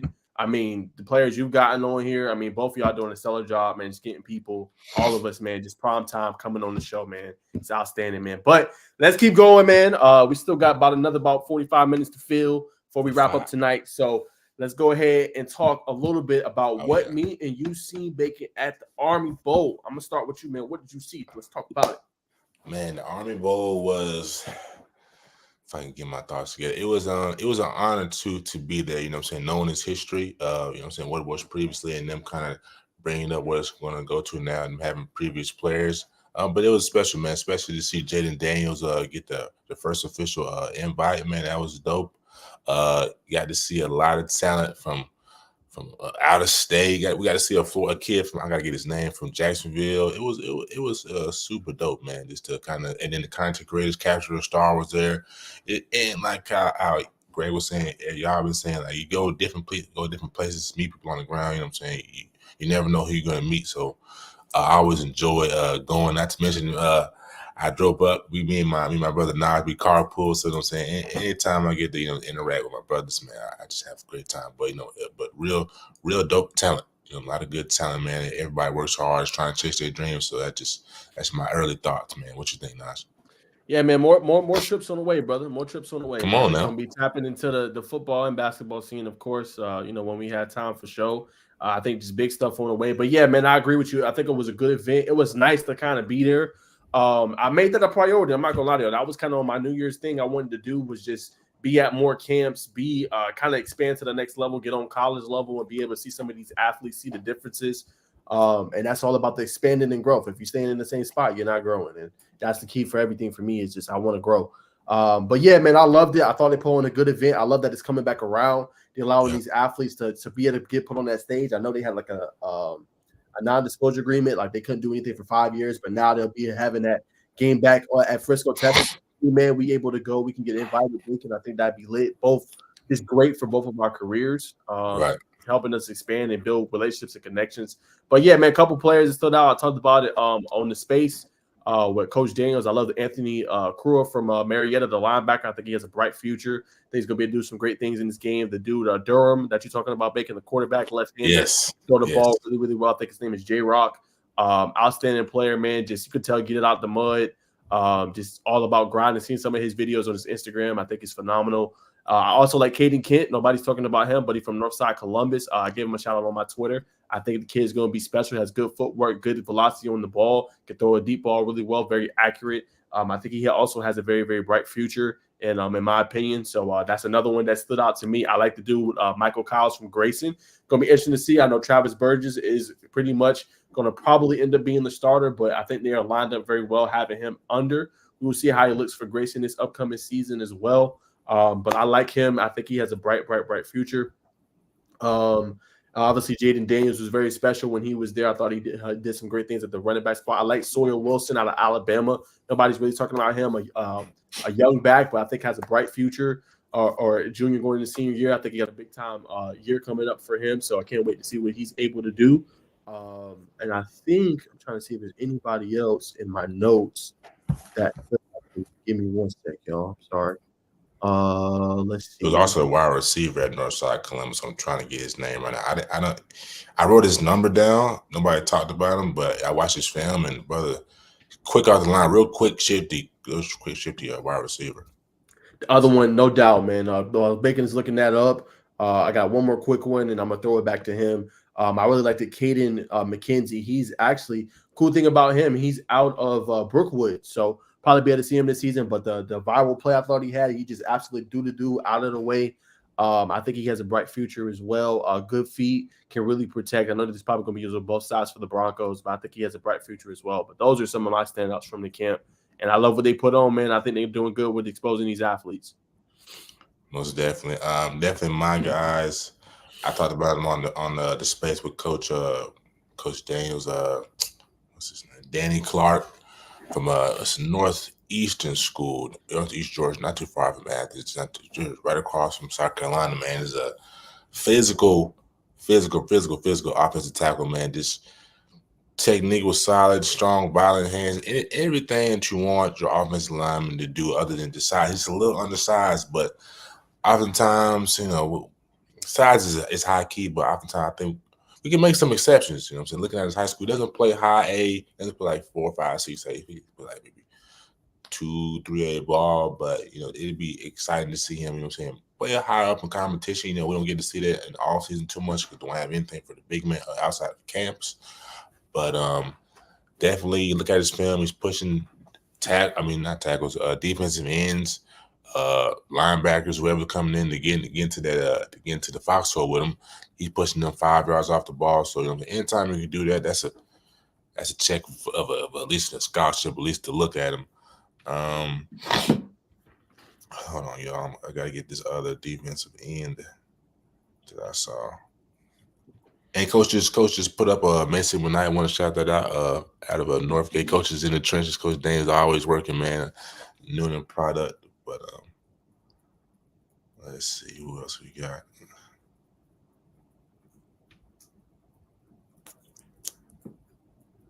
Oh yeah. Can't forget about this. This I ain't gonna say it's a viral clip, but if I had a bigger platform, I probably would have went viral because this was funny. It's a hole there, but nonetheless, you know what I'm saying. That was a good clip, though. You did a good job with that clip. I'm surprised it Appreciate it. didn't go more viral than what it did. Facts. It's just algorithm to reach, man. You know how it is. That's how it be. Yeah, man. I'm already knowing, dog. I'm already knowing. Yeah, y'all got me a little jealous. I ain't go, man. Hey, you got Senior Bowl content, dog. Yeah, you know what I'm saying? You got Senior Bowl content, man. And speaking of, actually, before we go to that, let's talk about the one this weekend, man. First off, have y'all heard anything for UA? Anything? Nah, it was last Wednesday that we got the email. Yeah. So let's see if it happens. So I'm gonna hold out until Wednesday when I get home. If not, I'm gonna have to pull some string. I got to tap into that, dog. What's going on? Hey, come on, man. All that talent, bro. And I'm already guys asking me, yo, Nas, you gonna be there? I'm like, yo, like they had 3 players hit me up. Nas, you gonna be there? I'm like, bro, I'm trying to go. Trying to go, you know what I'm saying? So okay, so I just wanted to see y'all updates on that. Okay, y'all about in the same boat as me, man. Okay, so hopefully next week we can react to that because that's gonna be a major topic next week. We in there, bro. Yeah, we got to do something about that. All right, so no doubt, I have my Senior Bowl, not my Senior Bowl, but my U.S. Army Bowl content type. No doubt. Everything else is good though. True that. What was I gonna ask? Did y'all have any big recruiting news or updates? Any reactions, Jerome, that y'all had just from what y'all seen? No recruiting stuff. I know that there was a lot of signings. Nothing really like popped out in my mind that was like surprising, to be honest. I knew most of them. There's a couple of guys that went to smaller schools, and we kind of understanding that nowadays with the new transfer portal and stuff like that. There's gonna be guys that have to go to small school and then transfer out. It's just the nature of it now. Where recruiting these big Power 5, even other D1 schools, it's gonna be hard for them to just get into a lot of those. So you're gonna see these really talented guys going to these small schools, and you're just like, what happened? Like, he's so talented, but that's just the nature of it now, where it's kind of like a prove it kind of year or two, where they can go in, do well, and then most of these colleges they're scouting more other colleges rather than the high school players. So it's just the nature of how it's going to be nowadays. If you're not used to that, just get used to it, because you're going to see a lot of big, talented players going to smaller schools. It's only a good handful of guys that's going to be going to these Power 5 schools. So, like Coach Helinski said on the recruiting space last week, we got to find a way to bridge that gap, right, with high school players and kind of the transfer portal in college. I 100% agree with them, and it's tougher for them. It's less spots available, and I think NCAA needs to have more scholarships for high school players. They might not be ready to play year one, right? They still got to grow into their bodies, but I think you brought up a great point, Jerome. You might have to be able to bite the bullet and go to a D2 or go to a lower D1 school and go ball out. I mean, an example for me is Jahmyr Gibbs, right? He went to Georgia Tech. He's from Dalton. He ended up transferring to Alabama. Now, that is Power 5 to Power 5, but he did that, got to Bama, balled out, and now he was in the league this year and had a really outstanding year. I mean, you see it all the time. Kids going, or walking on. You might have to walk on and go perform and get your spot. It's tough, man. It's a tough scale. But sometimes, man, go for schools that want you, man, that really want you. And make sure you know if the offer, I think the biggest thing, and kids got to know, is this offer committable? Yeah. And then from that point, the response you get, okay, do I want to continue to work to try to get this committable offer? Or will I go to a school, do a year there, excel, do well, and then be able to transfer up? There is that possibility. So I think kids just got to be real with themselves, be transparent, and realize what the end goal is. If you got a school that's going to pay a full 4 year of your tuition and everything and cover everything for you, why not go there, get your education, and then do whatever's next. Football is not forever. Whatever sport you're playing is not forever. Just have a good game plan, I think, is key, and be able to kind of find a free education, guys, is still a great thing. And a lot of times you can get paid to while you play now. You have that opportunity too. So I think that's something for athletes to think about a little bit and do what's best for them. 100%. Most definitely. I agree with what y'all said, man. Like a lot of coaches said, not just Coach Clancy, Coach Daniels. A lot of people been saying that for a while in my area. Coach Derek Teagle, man, the whole Powerful Life family. They talk about not just being so fixated on the D1 offer, man. Just it's nothing wrong with taking, like I said, the first 1-2 years, go somewhere and prove yourself and transfer up, man. You know what I'm saying? The experience is going to be there. The money's not going nowhere. You know what I'm saying? You're going as a man, young man, going as a scholastic. So there's nothing wrong with betting on yourself, man, especially when you got the transfer portal eating up, at least 75% of those. No doubt about it. You're 100% right, man. So that's what it is, man. I think that's it for as far as our football topics. I know we've seen some major guys. Travis Smith narrowing down his list to top 8. Georgia Tech was on that list. Montrezl Walker top 5 with Colorado, Penn State.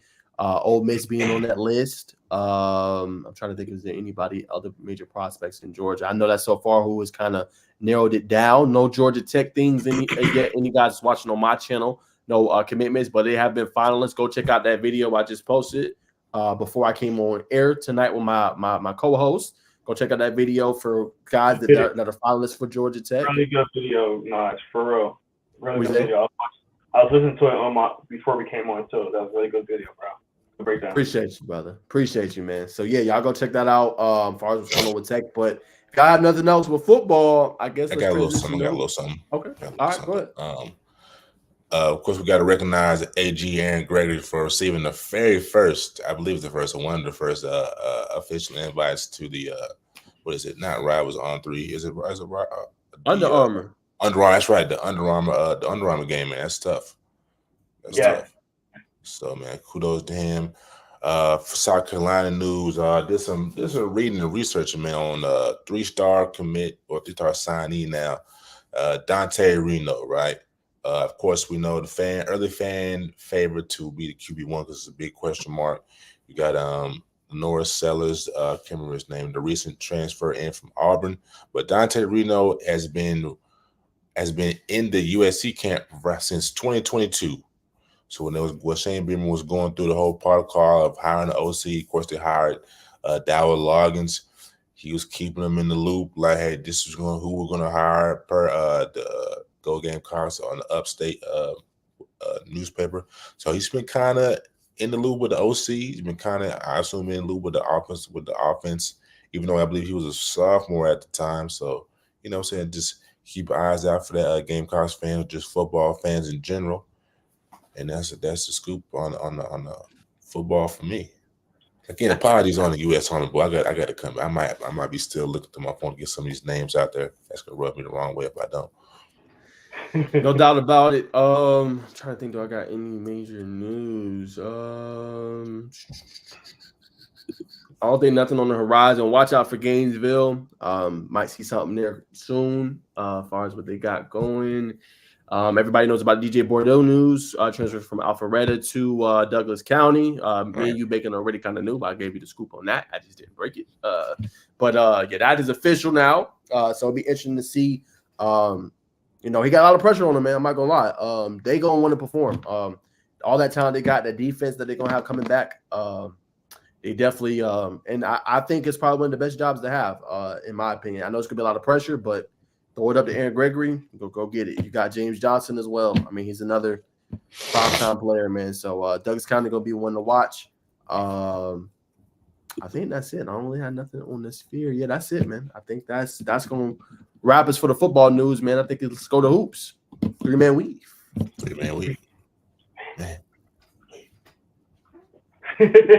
Ladies and gentlemen, we got the famous 3-man weave, 3.5-man weave, who we have our special guest on. But today we got a lot of big news, and I feel it's only right that we talk about the big NBA news, man. See if I can get his name right. Of course, we know that Alex Sarr, I believe he's a 7-footer out of France, has been the #1 overall NBA prospect for a while now. But now we got, I don't know if I'm saying this name right, Zachary Rachir, 18-year-old wing. I believe he's 6'10", wing from France as well. He's been catching fire as of late. He's been shooting 75% from the 3-point line. He's 6'10". He's been able to guard 1 through 5 per ESPN, man. So I just want to kind of get y'all thoughts, you know what I'm saying, on this. You said 75% from the 3-point line? If I'm not mistaken, man. And then maybe not that high. Maybe not that high. I'm about to say that's crazy. 45. Oh, I think you said 75. I'm like, hold on. Let me check my tweet. Hold on. Stephon Curry guy about to be. He said Stephon. It gotta be 45. There's no way. 46%. Excuse me. That's good. All right, that means you were saying. Yeah. That'd be beat the percentage numbers. Yeah, 46% from 3, man. So, what's your thoughts? I'm gonna be honest, man. I've seen that name floating around. Yeah.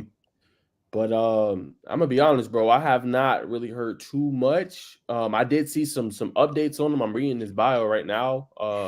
According to NBA from Australian National Basketball League, apparently he's been balling. That would be the second year in a row. I do know this. This will be the second year in a row that a France player is taken number 1 potentially. And it's kind of interesting. I'll bring up this part because Isaiah Collier for a long time was locked in as probably that potential number 1 overall pick. So I think it's intriguing that, as you mentioned, Bacon, he's started to kind of generate some steam. I mean, if you got a 7-footer that could do a bunch of stuff, I think that's big, and he's another big front court player.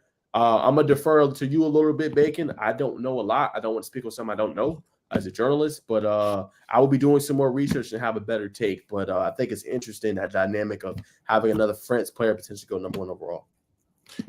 Yeah, man, I just think it leads back to kind of the whole dynamic of the Euro play style. They practice a lot more games. They play more team-oriented basketball. So you see these bigger, I like to call them, what I call them, Euro center point guards could get ready to come to take the league by storm. They're ready unicorns ready to come in and take over, man. And not able to score the ball efficiently and have more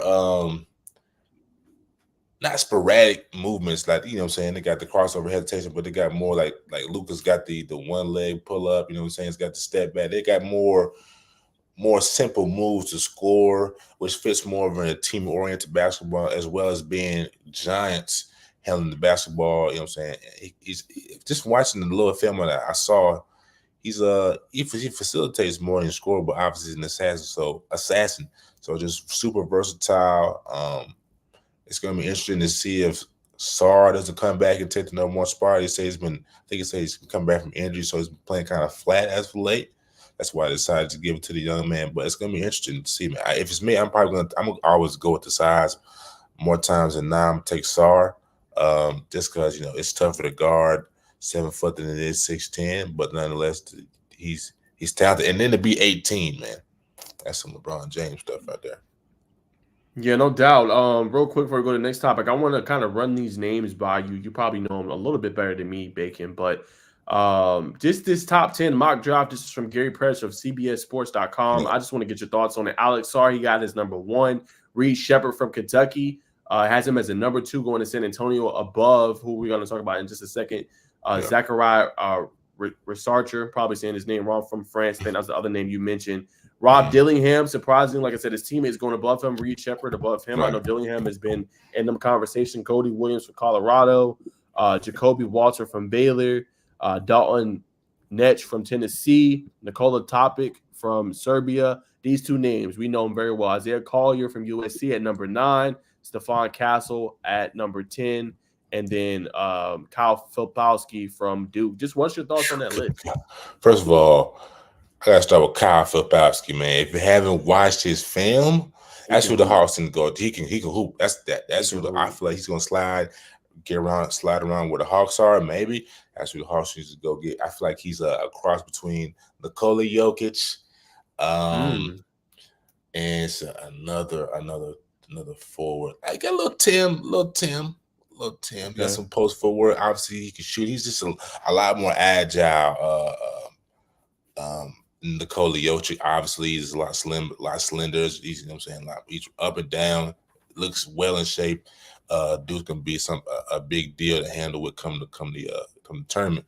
But another name that probably should be on that list is Bugelis G League Ignite. Not to go off the beat too much. He's been playing a lot well as of late in the G League. He's getting a lot more comfortable. I'm going to see him upcoming March, so I'll be able to give y'all in person, in depth look. But he's not as quick, not as fast.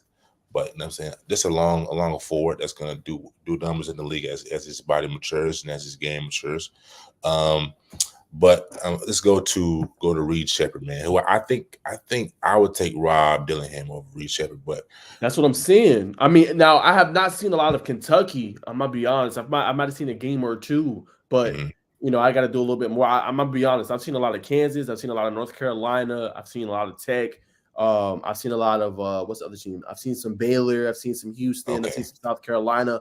But what's kind of the difference between those two? I mean, that's kind of high to have Reed Shepherd. I've heard nothing but Dillingham's name.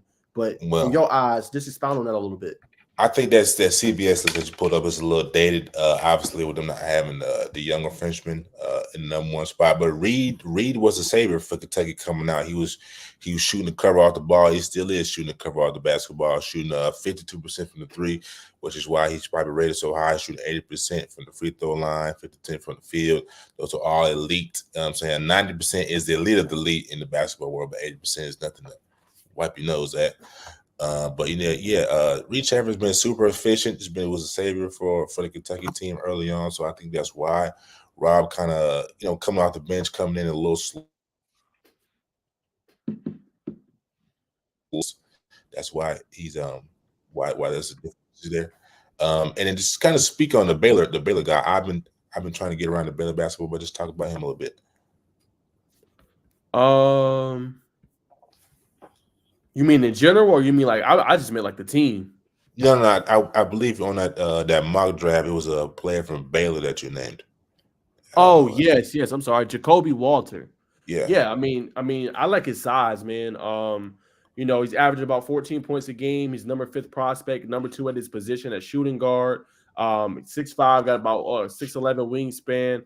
This shows that he can score in spurts. I think he's shooting pretty good from 3. Maybe some prospects or some scouts might not like the 34%, but I think that's about on par with what you see in the NBA, about 35, 38. Steph's a little bit different.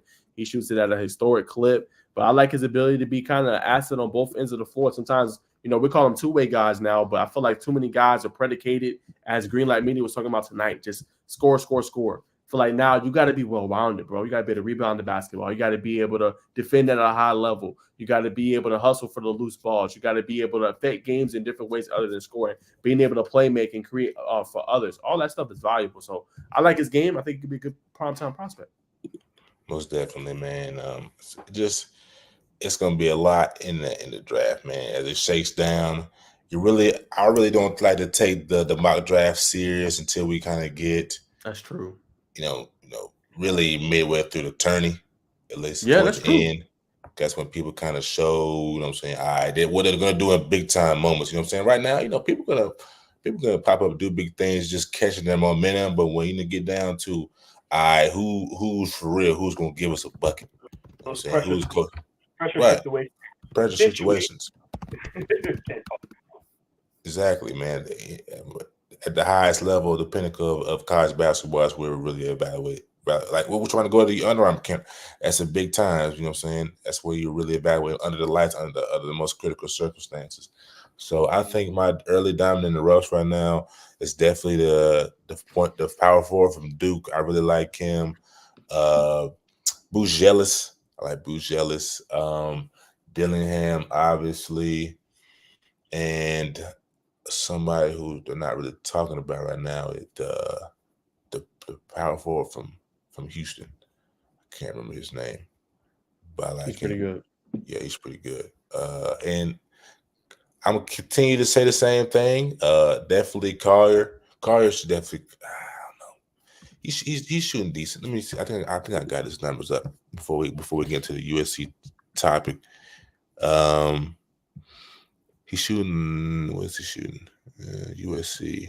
I don't have his free throw numbers up, but the free throw numbers obviously could be a lot better. The Achilles heel, what we saw in the McDonald's All-American game, missed the free throw. So honestly, man, I wasn't knocking him to come back a year or two, man. He can go out, you know what I'm saying? People want to get to the bag, get to the money, but if we want to talk about players wanting to bet on themselves and play D2 or lower D1 tier in college, let's do the same thing while we're in college. You know what I'm saying? Let's be more, especially when we got the Euro players coming in. Let's be a little more prepared. Let's tighten up our free throw percentage. Let's tighten up, you know what I'm saying? So our offensive game, so we get down to the NBA level. They're not shipping us down to the G League, excuse me, for a year and a half, 2 years. Like JD Davis has been in the G League for 2 or 3 years, if I'm not mistaken. He was a highly touted prospect coming out of Alabama, coming out of high school. So let's stay in college a little bit longer, get more polished.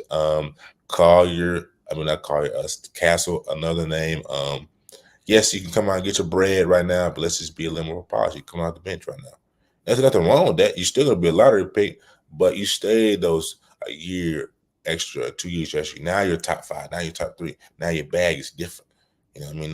Now you're not just putting that 20% of your income that could be $200K. Now you're going in and it's $500K in investment portfolio. Now you're part of that 70% we talked about earlier, being in the stock market. Now your investment doubling down. That's just my perspective. But I love the college basketball is going to be a real entertainer right now.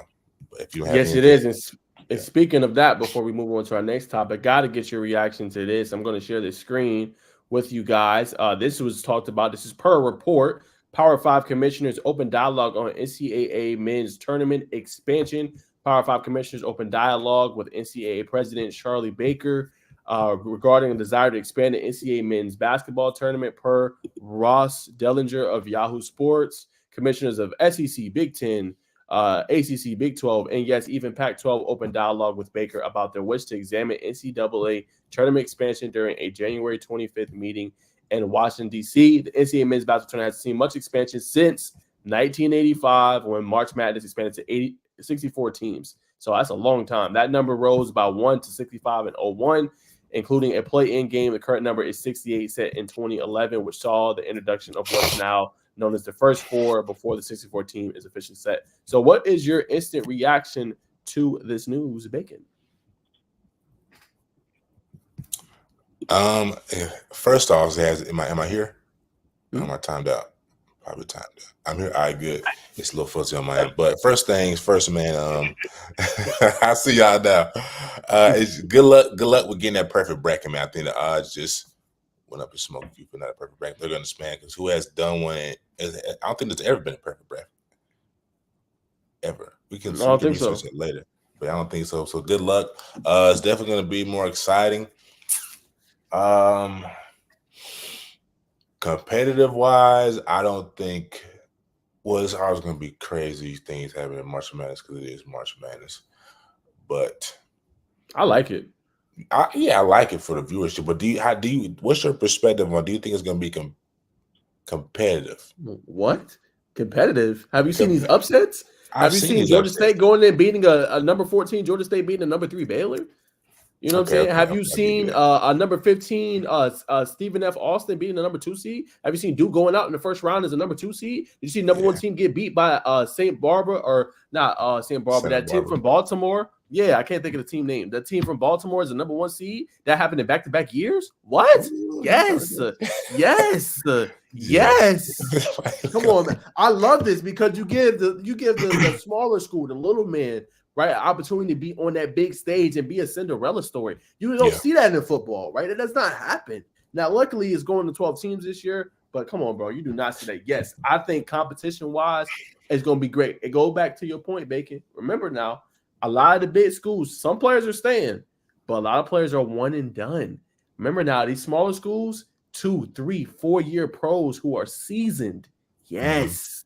This is one we see recently. Kennesaw State upsetting a opponent in turning. Come on, man. No. Close. Or did they? Did they finish? I know it was a close game with a big school, and they ended up losing at the end. But I think that first game that they did beat it was the second game. They almost beat Gonzaga. I think it was Gonzaga. Let's see. Let's look that up just real quick. Yeah, but nah, man, that's a good point. I like that though. You know, you just probably because like that could be some more John Morant, Damian Lillard. Go ahead, go, Jerome. I'm sorry. No, I was just saying, Najee just went off just now though. Nah. He's like, are you serious? a little rant right there. Oh, okay. You put a little Stephen A on me. Hey, I had to. Nah. I think it's great for the game, man. And you're right, Bacon. They Justified. lost by 5, but they gave us an exciting game against Xavier. Xavier, It's that's right. stories like that. And I mean, Kennesaw State like literally took over the landscape of basketball. I thought at one point, not NCAA, but here in Georgia, it was the Man. hottest story. You know what I'm saying? Coach Without would a doubt. stay. Yeah, Must have been the bag.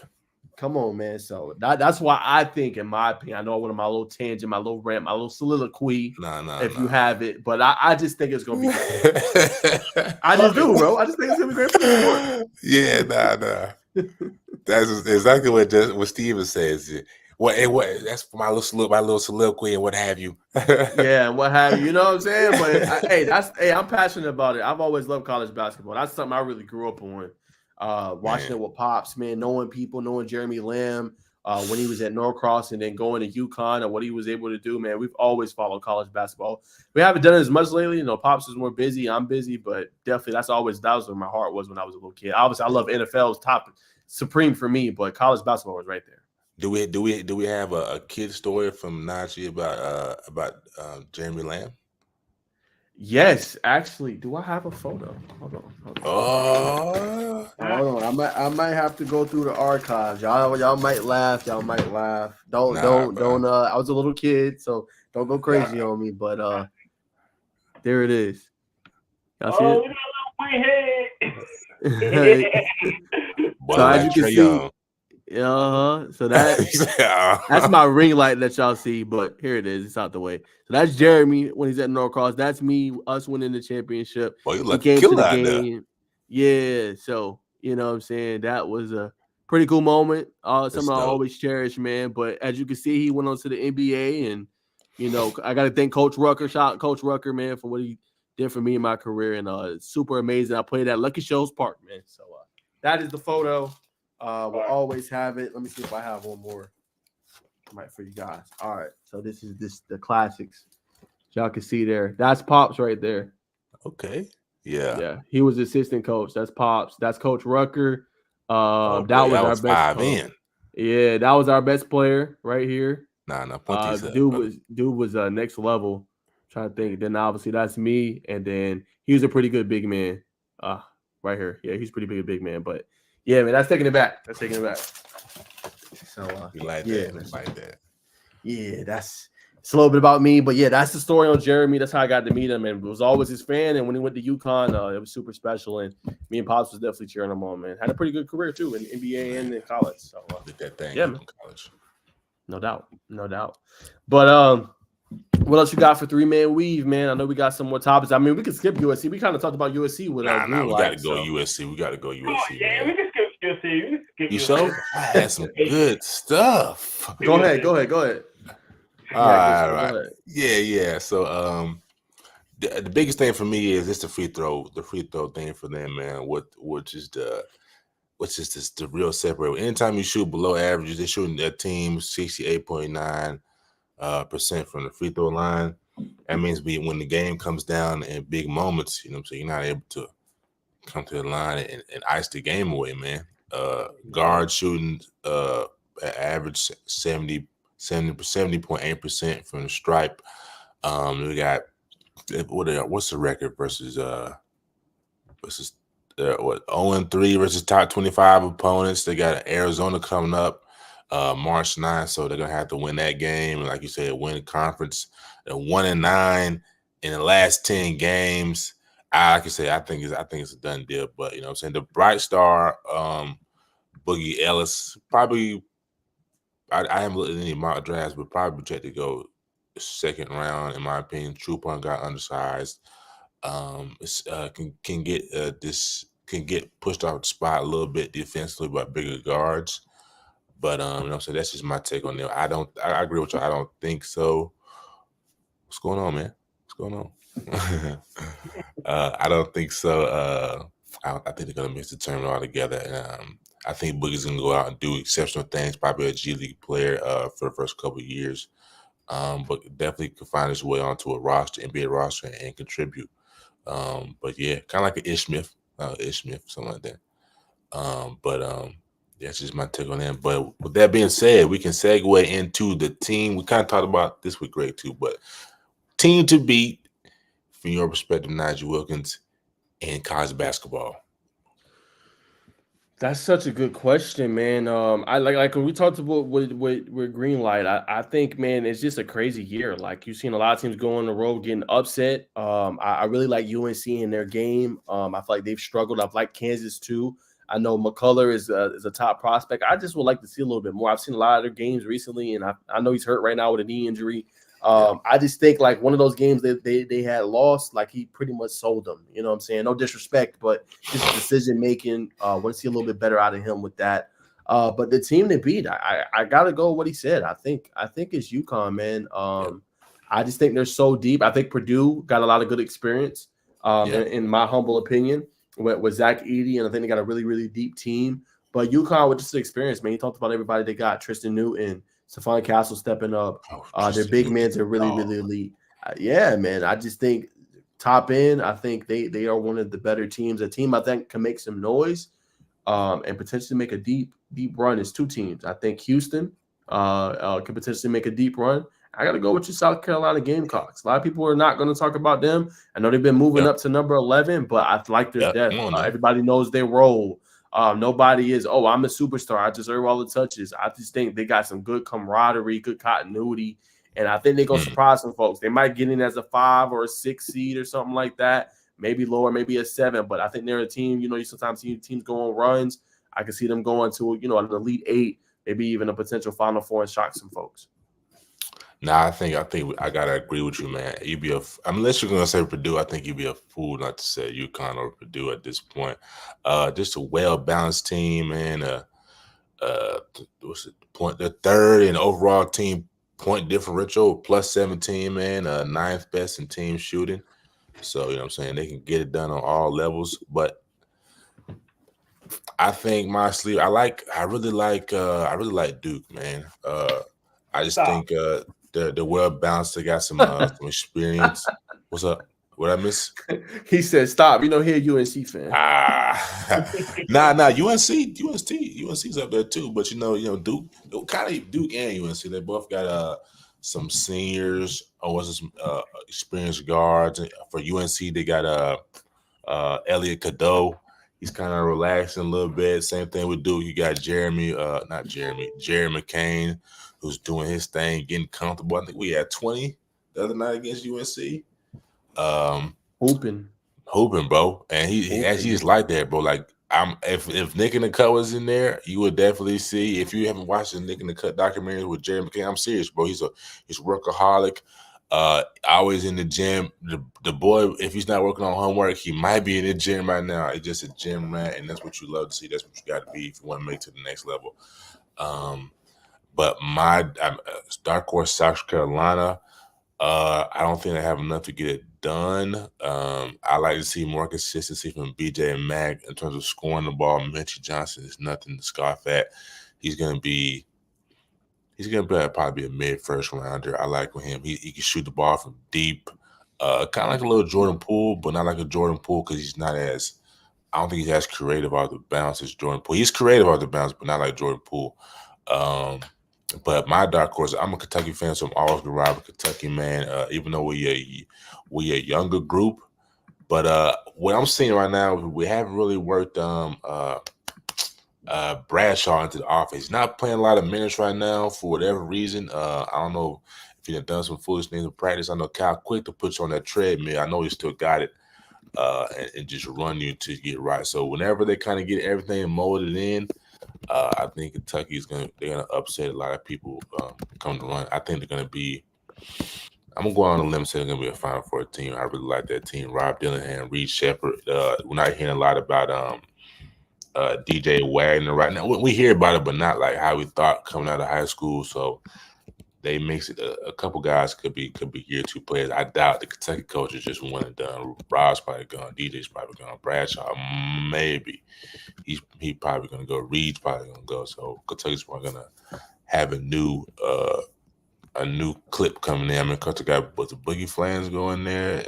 Brother from it's got the La Quintus gonna come in. But let me see if I can pull up Kentucky stat. I really like Austin. It's not Austin Reeves. I'm going to say the Lakers guard. Antonio Reeves, senior from Chicago, averaging 19.6 points, 49% from the field. So that's just another reassuring thing. We got a senior guard who's somebody Coach Cal can rely on. Then you got Reed. Then you got Rob.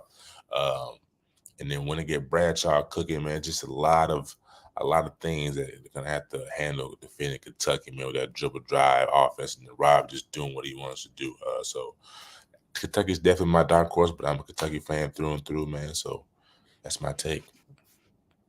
There you have it, man. Those are our picks as far as teams to watch. Before we continue and kind of close out our basketball, what's your thoughts on UNC, Jerome? Let's get you in this convo. Yeah, man, they're doing all right. They got one game to beat Duke, and Are they winning tonight? Are they? Yeah, that's a good question. Oh, y'all just lost. Y'all took another L. Y'all lost to Syracuse. Is Jim Boeheim still out there? I think he is. He is not. He's not. No, sir. Syracuse always been a good school, man, and I think Syracuse definitely need to get more praise for their sports and football and basketball, actually. Yeah. So, because they do have some guys up there for sure. But yeah, man. I only watched one game the entire season. It was a good game. I was very happy they blew them out. So, I'm like I said, I'm going to be definitely tapping into basketball a little bit more, especially college, because you guys are killing the game right now with college basketball. Appreciate you, man. So I gotta catch up to you guys. I'm running behind, but USC, I hope they do a better. They've been kind of lacking since Roy left. If they haven't been the same team, I think they're gonna be definitely better though. Soon. Nah, they've been good. What are you talking about? They made it to the I'm not saying he's not good, but when Coach Roy was in there, you were like, I don't do QB like that. Nah, don't do Hubie like that, man. Y'all been hooping, bro. Don't do Hubie like that. Y'all had some downs, but y'all gotten to some Final Fours. Come on now. Don't do Hubie like that. That's what I'm saying. I'm not saying it's been different. We haven't been USC. You know what I mean? Like what? It had been like that in a while. Y'all kind of sporadic, but that's just USC. That's what I mean. That's what I mean. Like we haven't been like that dominant kind of team in a while, So it's all right, man. I get what he's saying. He got a point. I get you talking about the UNC brand, but I ain't gonna lie. Like Roy, y'all wasn't winning and towards the tail end of his career either, though. That's true. That's true. But I get what you're saying, though. You're talking about the brand. I get it. Correct. It's like the Patriots when the end of Tom Brady's era, and you're like, they're not even playing like they've still been in the playoffs every year, but then you can see that decline. But this year's a good year for y'all. Y'all should make that. I hope y'all struggled the last 2 games. It look like Kentucky out there, but you know what I'm saying. I don't know what's going on the last. Hey, y'all done lost 3 straight home games, dog. Hey, I gotta throw a little bit out there. Y'all lost 3 straight home games for Kentucky, dog. Nah, that's true. But listen though, they have written Calipari off so many times. Like the year we had the Harrison twins. They wrote us off, and Coach Cal had that flip. That's how Coach Cal needed that flip. And we in there, bro. Come on, this is a talented team, man. Coach gonna get us right, bro. I know people like, man, they lost 3 straight home games. The real Kentucky fan, we know we like this here. Let's beat Ole Miss tonight by 20, and we're gonna ride it out. Hey, brother. I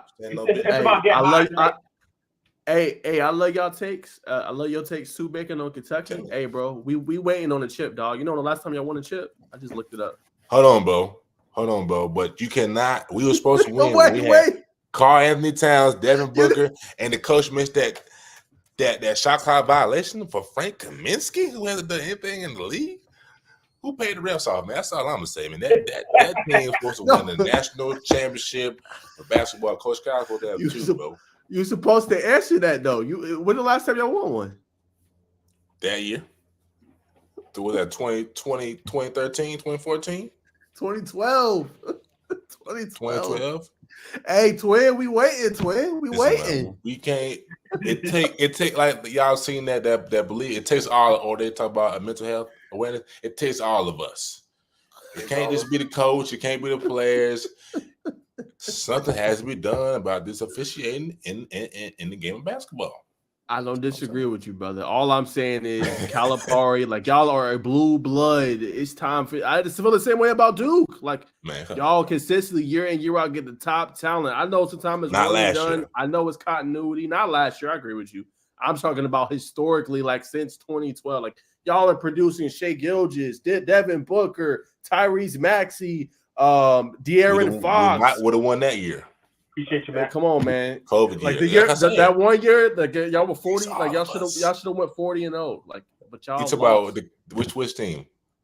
The team that should have went 40-0. That's all I know. The team that should have won it all. Like y'all were undefeated and y'all like We lost to somebody. I can't that was remember. that was the top of my head. Frank and them, bro. That was to the Wisconsin team, and you can check the film right now. The ball didn't hit the rim. As a high level referee, I understand it's an arena setting. You can't miss that. You can't miss that, man. I'm an intramural referee, you know what I'm saying? I call better games than most of these refs. I just don't want to, you know what I'm saying? Right now, for me being a journalist, it's a conflict of interest. So, you know, so I'll leave that money to the side. You know what I'm saying? Every now and again, I'll serve a couple tables. Oh my Lord. That's just my take. Something Hey, has I to be done hope- about these referees.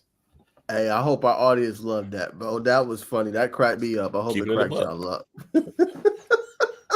Final 14 at least, bro. At least a lot of experience. You know, UConn, Purdue, Marquette's looking real good right now. Another team, but Kentucky gonna be right there to thick things. Y'all can y'all can run this tape back 156 timestamp. Stand on business. But with that being said, bro, we will move on to the WBB. Who had a big game this past weekend. You know what I'm saying? South Carolina took on UConn, dominant fashion. What's your thoughts? What's your thoughts, brother? Y'all did it without your best player too. What's her name? Camila Cardoza. I mean, she's out playing with Brazil, so you know, shout out to her. If you want to say that in Portuguese, you say sim. Sim. That's how you say yes. Sim is yes. Sim. Taught us a little something, a little nugget there, brother. Sim. Thank you. You're welcome. But yeah, I mean, winning that Jerome, what do you mean to say? Sim. What'd you get? Mom? Oh Lord. I'm dead. Hey, I'm dead, bro. I'm dead. But yeah, man, I think y'all winning that game. Jerome is funny. I think y'all winning that game without your best player says a lot, man. Y'all are deep and loaded. And one of the quotes that sticks out to me is what Coach Oriema said. He says like they feel like they can't win those games or those big games if they start five all doesn't play well. I think that's very telling.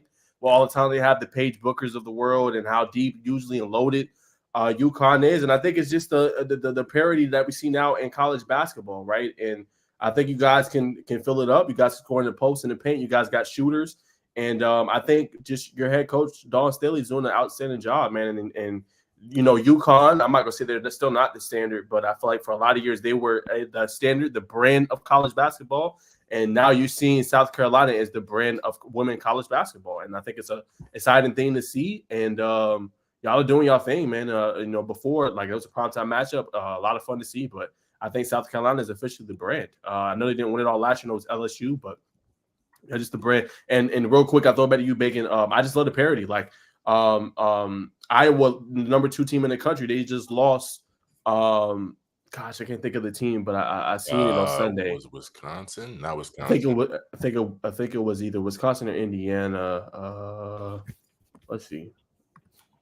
I can't think of the top of my head. You good? Kaylin Carr's also 8 points away from breaking the record. Yeah, she is. Nebraska. So Nebraska got a pretty big win, 82-79. So I just love the parity, man. We know how great Caitlin Clark is. She's trying to pass Kelsey Plum, formerly of Washington, who's now in WNBA, playing for the Las Vegas Aces. As Bacon pointed out, 8 points from the record. But just an outstanding win for them. So I just love the parity, man. It's going to be a fun tournament, and South Carolina is just the brand of college basketball, I think. Man, no doubt about it, man. Just real quick, what was her shooting percentage? Did Caitlin shoot poorly that game? I know they asked her, was it in her head? Quick. She said no. Let's see. So they shot 45% as a team. She scored 31. She darn near had a triple double, 31, 10 assists, and 8 boards. So she had a good one. As far as shooting percentage, let's see. I had to go to ESPN. You good?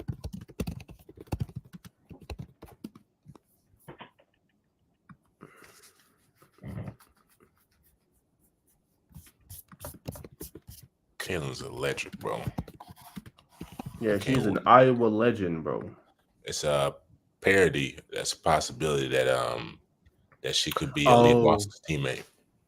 Really? Mm-hmm.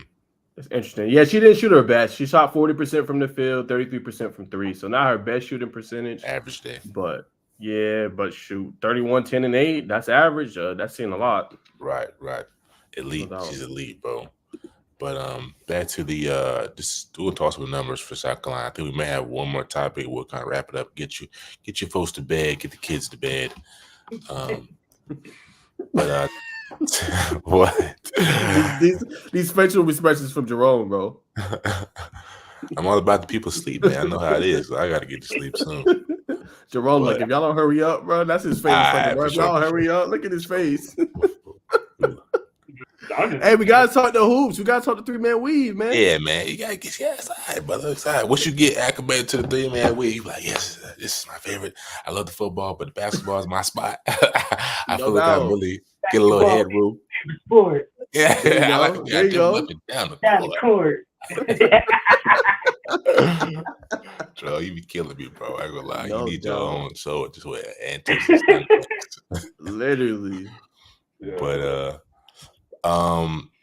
what's her name? Tahina Pow, man. Shot 5 for 7 from 3. Really was a spark.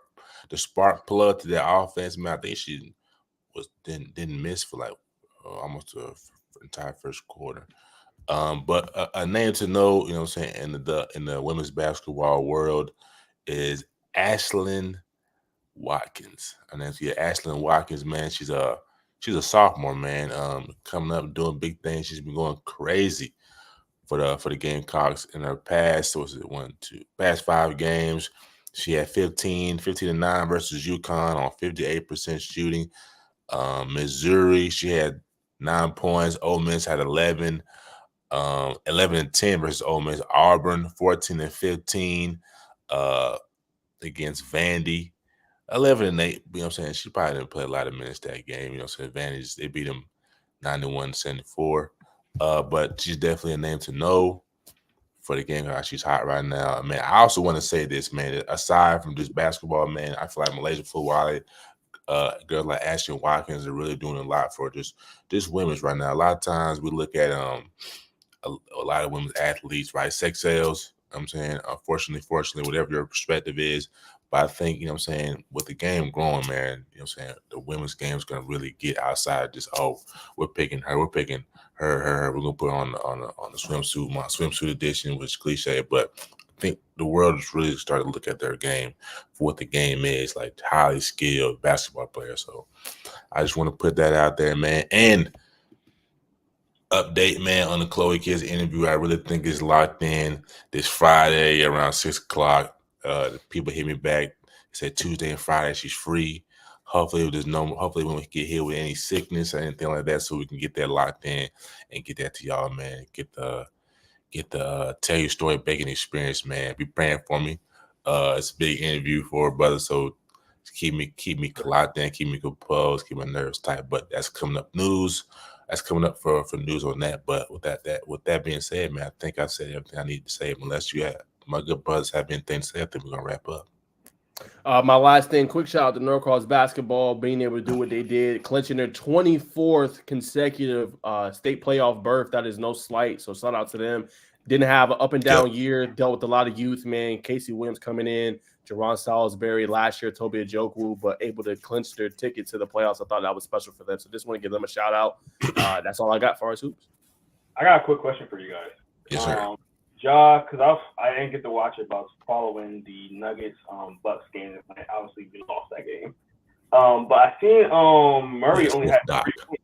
He only had 3 points in that game. What happened? Did he injured? They took him out? Like, is it low management? Like, do you guys know? Low management. Sound like an injury, but I can look it up for you. Jamal Murray has been injured a lot, so that's why I'm kind of like wondering. I see somebody's left hand. He just had an off game. I'm like, okay, whatever, it happens. Yeah, he got injured in the Bucks game. Injured. He's questionable to return. What is the game? I hate it. Okay, he's bilateral tibia inflammation. Sounds pretty painful. Huh? Yeah. So, I mean, of course, it's doctor terminology, but, if you think about your tibia, bro, it's right there. Yeah. Chalet. Yeah, that's that big bone, brother. Bro, trust me, I broke mine before, so I get it. That's tough. Lord. Yeah. Like snapped it, or you just like fracture? It was a fracture. It was a clean cut. But having during football, it was funny because the play that I made was literally the game-winning play, because if he would have caught that touchdown, we'd have lost. I dove out to the ball. I dove out and like had my full body fully extended, and I had a DPI. Drum a dog. But then somebody ran into my leg and snapped it while I was in the air. It's like, yeah. And it's funny. The funny part was when it happened, I didn't know this broken. They was like, "You good?" I was like, "I don't know." I literally got up. I just fell right back down. I was like, "Yeah, it's broken." It was bad. It was bad. The warrior spirit of Jerome is on display, full display, ladies and gentlemen. You can't get this anywhere else now. You can't get this on the regular Inside the regular Inside the Hash podcast. You got to come first and foremost. Y'all getting to know me way too much, man. Nah, that's good. This is good for the personal brand, brother. Hey, it's all good. Y'all got to see my pictures when I was a youth, so it goes both ways. Hey, you know what I'm saying? Gotta get some tidbits on bacon now. Yeah, No doubt. I got you real quick. He probably finna go grab something, man. Hey, where is that? I got a lot of stuff moving around, but I'll show you. Oh, here it is, actually. No, that's not it. Oh, here it is. This is my tie to the Kentucky fans, man. Alex Portis, I'll tell you out the bag. Send me this via my cousin. She knows his mom real well, and he signed the pamphlet, you know what I mean? The program, signed the t-shirt, you know what I'm saying, to me. So that's my real Doug claim to fame. Not real Doug claim to fame, but my walking papers as a Kentucky fan, you know what I'm saying? You wrote that yourself. Nah, but I promise you that. But yeah, from Alex Portis, man, that's my little Fire, bro. That's my tie. So official Kentucky fan. No doubt. All right, let's throw it back to Jerome to wrap us up for the night, man. Get us out of here. Thanks everybody for tuning in. Real quick, if I throw it, Jerome, shout out to Greenlight Media one more time. He gave us a comment on your live on Twitter, Bacon. I just want to bring up the comment, and then I'm gonna throw it to Jerome for the official wrap up. Hold on one second. He had a really locked good in on the social. I'll be right here with it. No doubt about it. Dang it. Okay, here it is. All right, so he said officially, really enjoyed it tonight. Thanks for giving my guys and I at Greenlight, at ATL Greenlight, a platform. Y'all keep up the great work. So wanted to give that comment a shout out officially on Bacon Network's X/Twitter. So I thought that was pretty cool, and I'll send it to you, Jerome. Yeah, and shout out to Coach Dennis from last week, man. He gave us a little. Not only he gave us a comment, he gave us a little short video talking about us and our platform. So I thought that was really cool that he did that as well. Yeah, you didn't see that much? When he did that? I got the next day. Yeah, literally the next day. He was in his car. Yeah. Shout out, man. Had the red hat. Oh, yeah. I seen that. Yeah, he was in the car. Yeah, no doubt. Yup. Yeah, all right. Yep. I thought that was pretty cool too.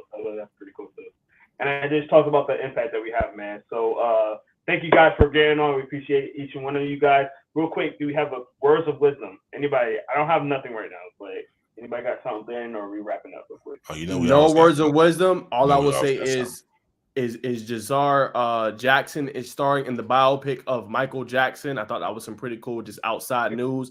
In theaters, April 25th. He looked just like him, dog. I mean, let me see if I have it real quick, and then I'm done. That's my last thing. And yeah, we can wrap up.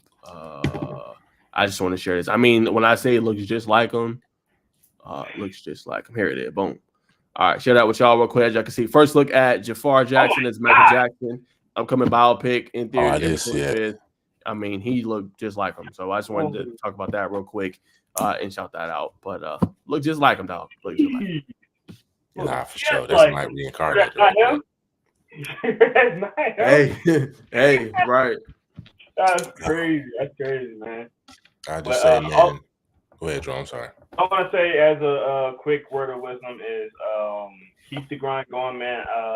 Listen to the people that we bring on. Use those tidbits that they talk about, and use that to not only yourself but your everyday life. And don't have to necessarily mean that you're, starting your own company or starting your own thing, but like just use some of the stuff, because I know you can take a little bit of something out of any kind of situation with the stuff that we've been talking about, not just us on here, but our guests as well. So I appreciate all the guests, appreciate all our viewers. We got about 4 people still in here right now. I know we kind of take a little long, dropping off after a while, but hey, man, we appreciate each and one of you guys. I think there's more viewers too. I only can see the ones that are on here, but appreciate each and one of you guys for sure.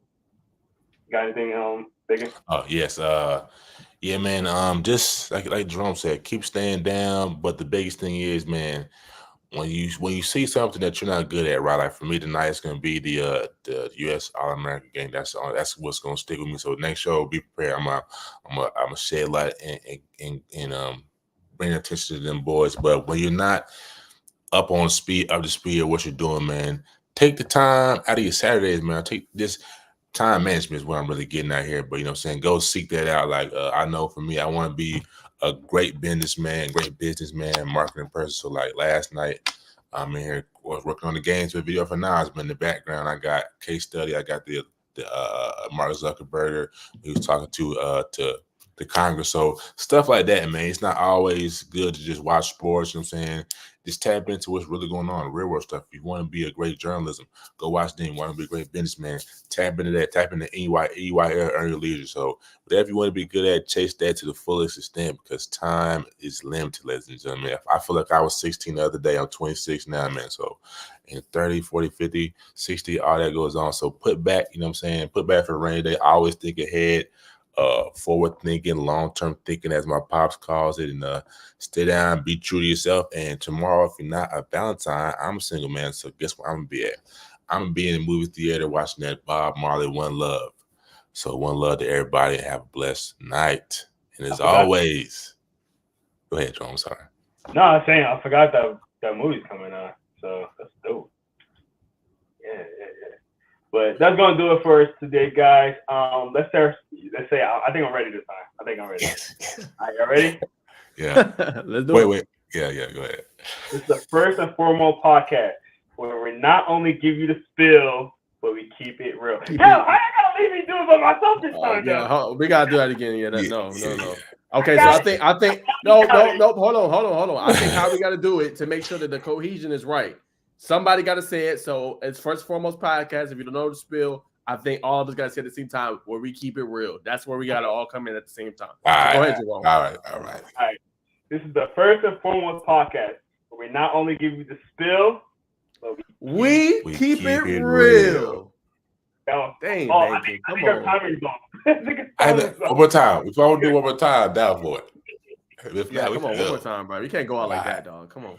All right. This is the first and foremost podcast where we not only give you the spill, but we keep it real. Yes. That's it. I like it. That's it. Hey, it works for me.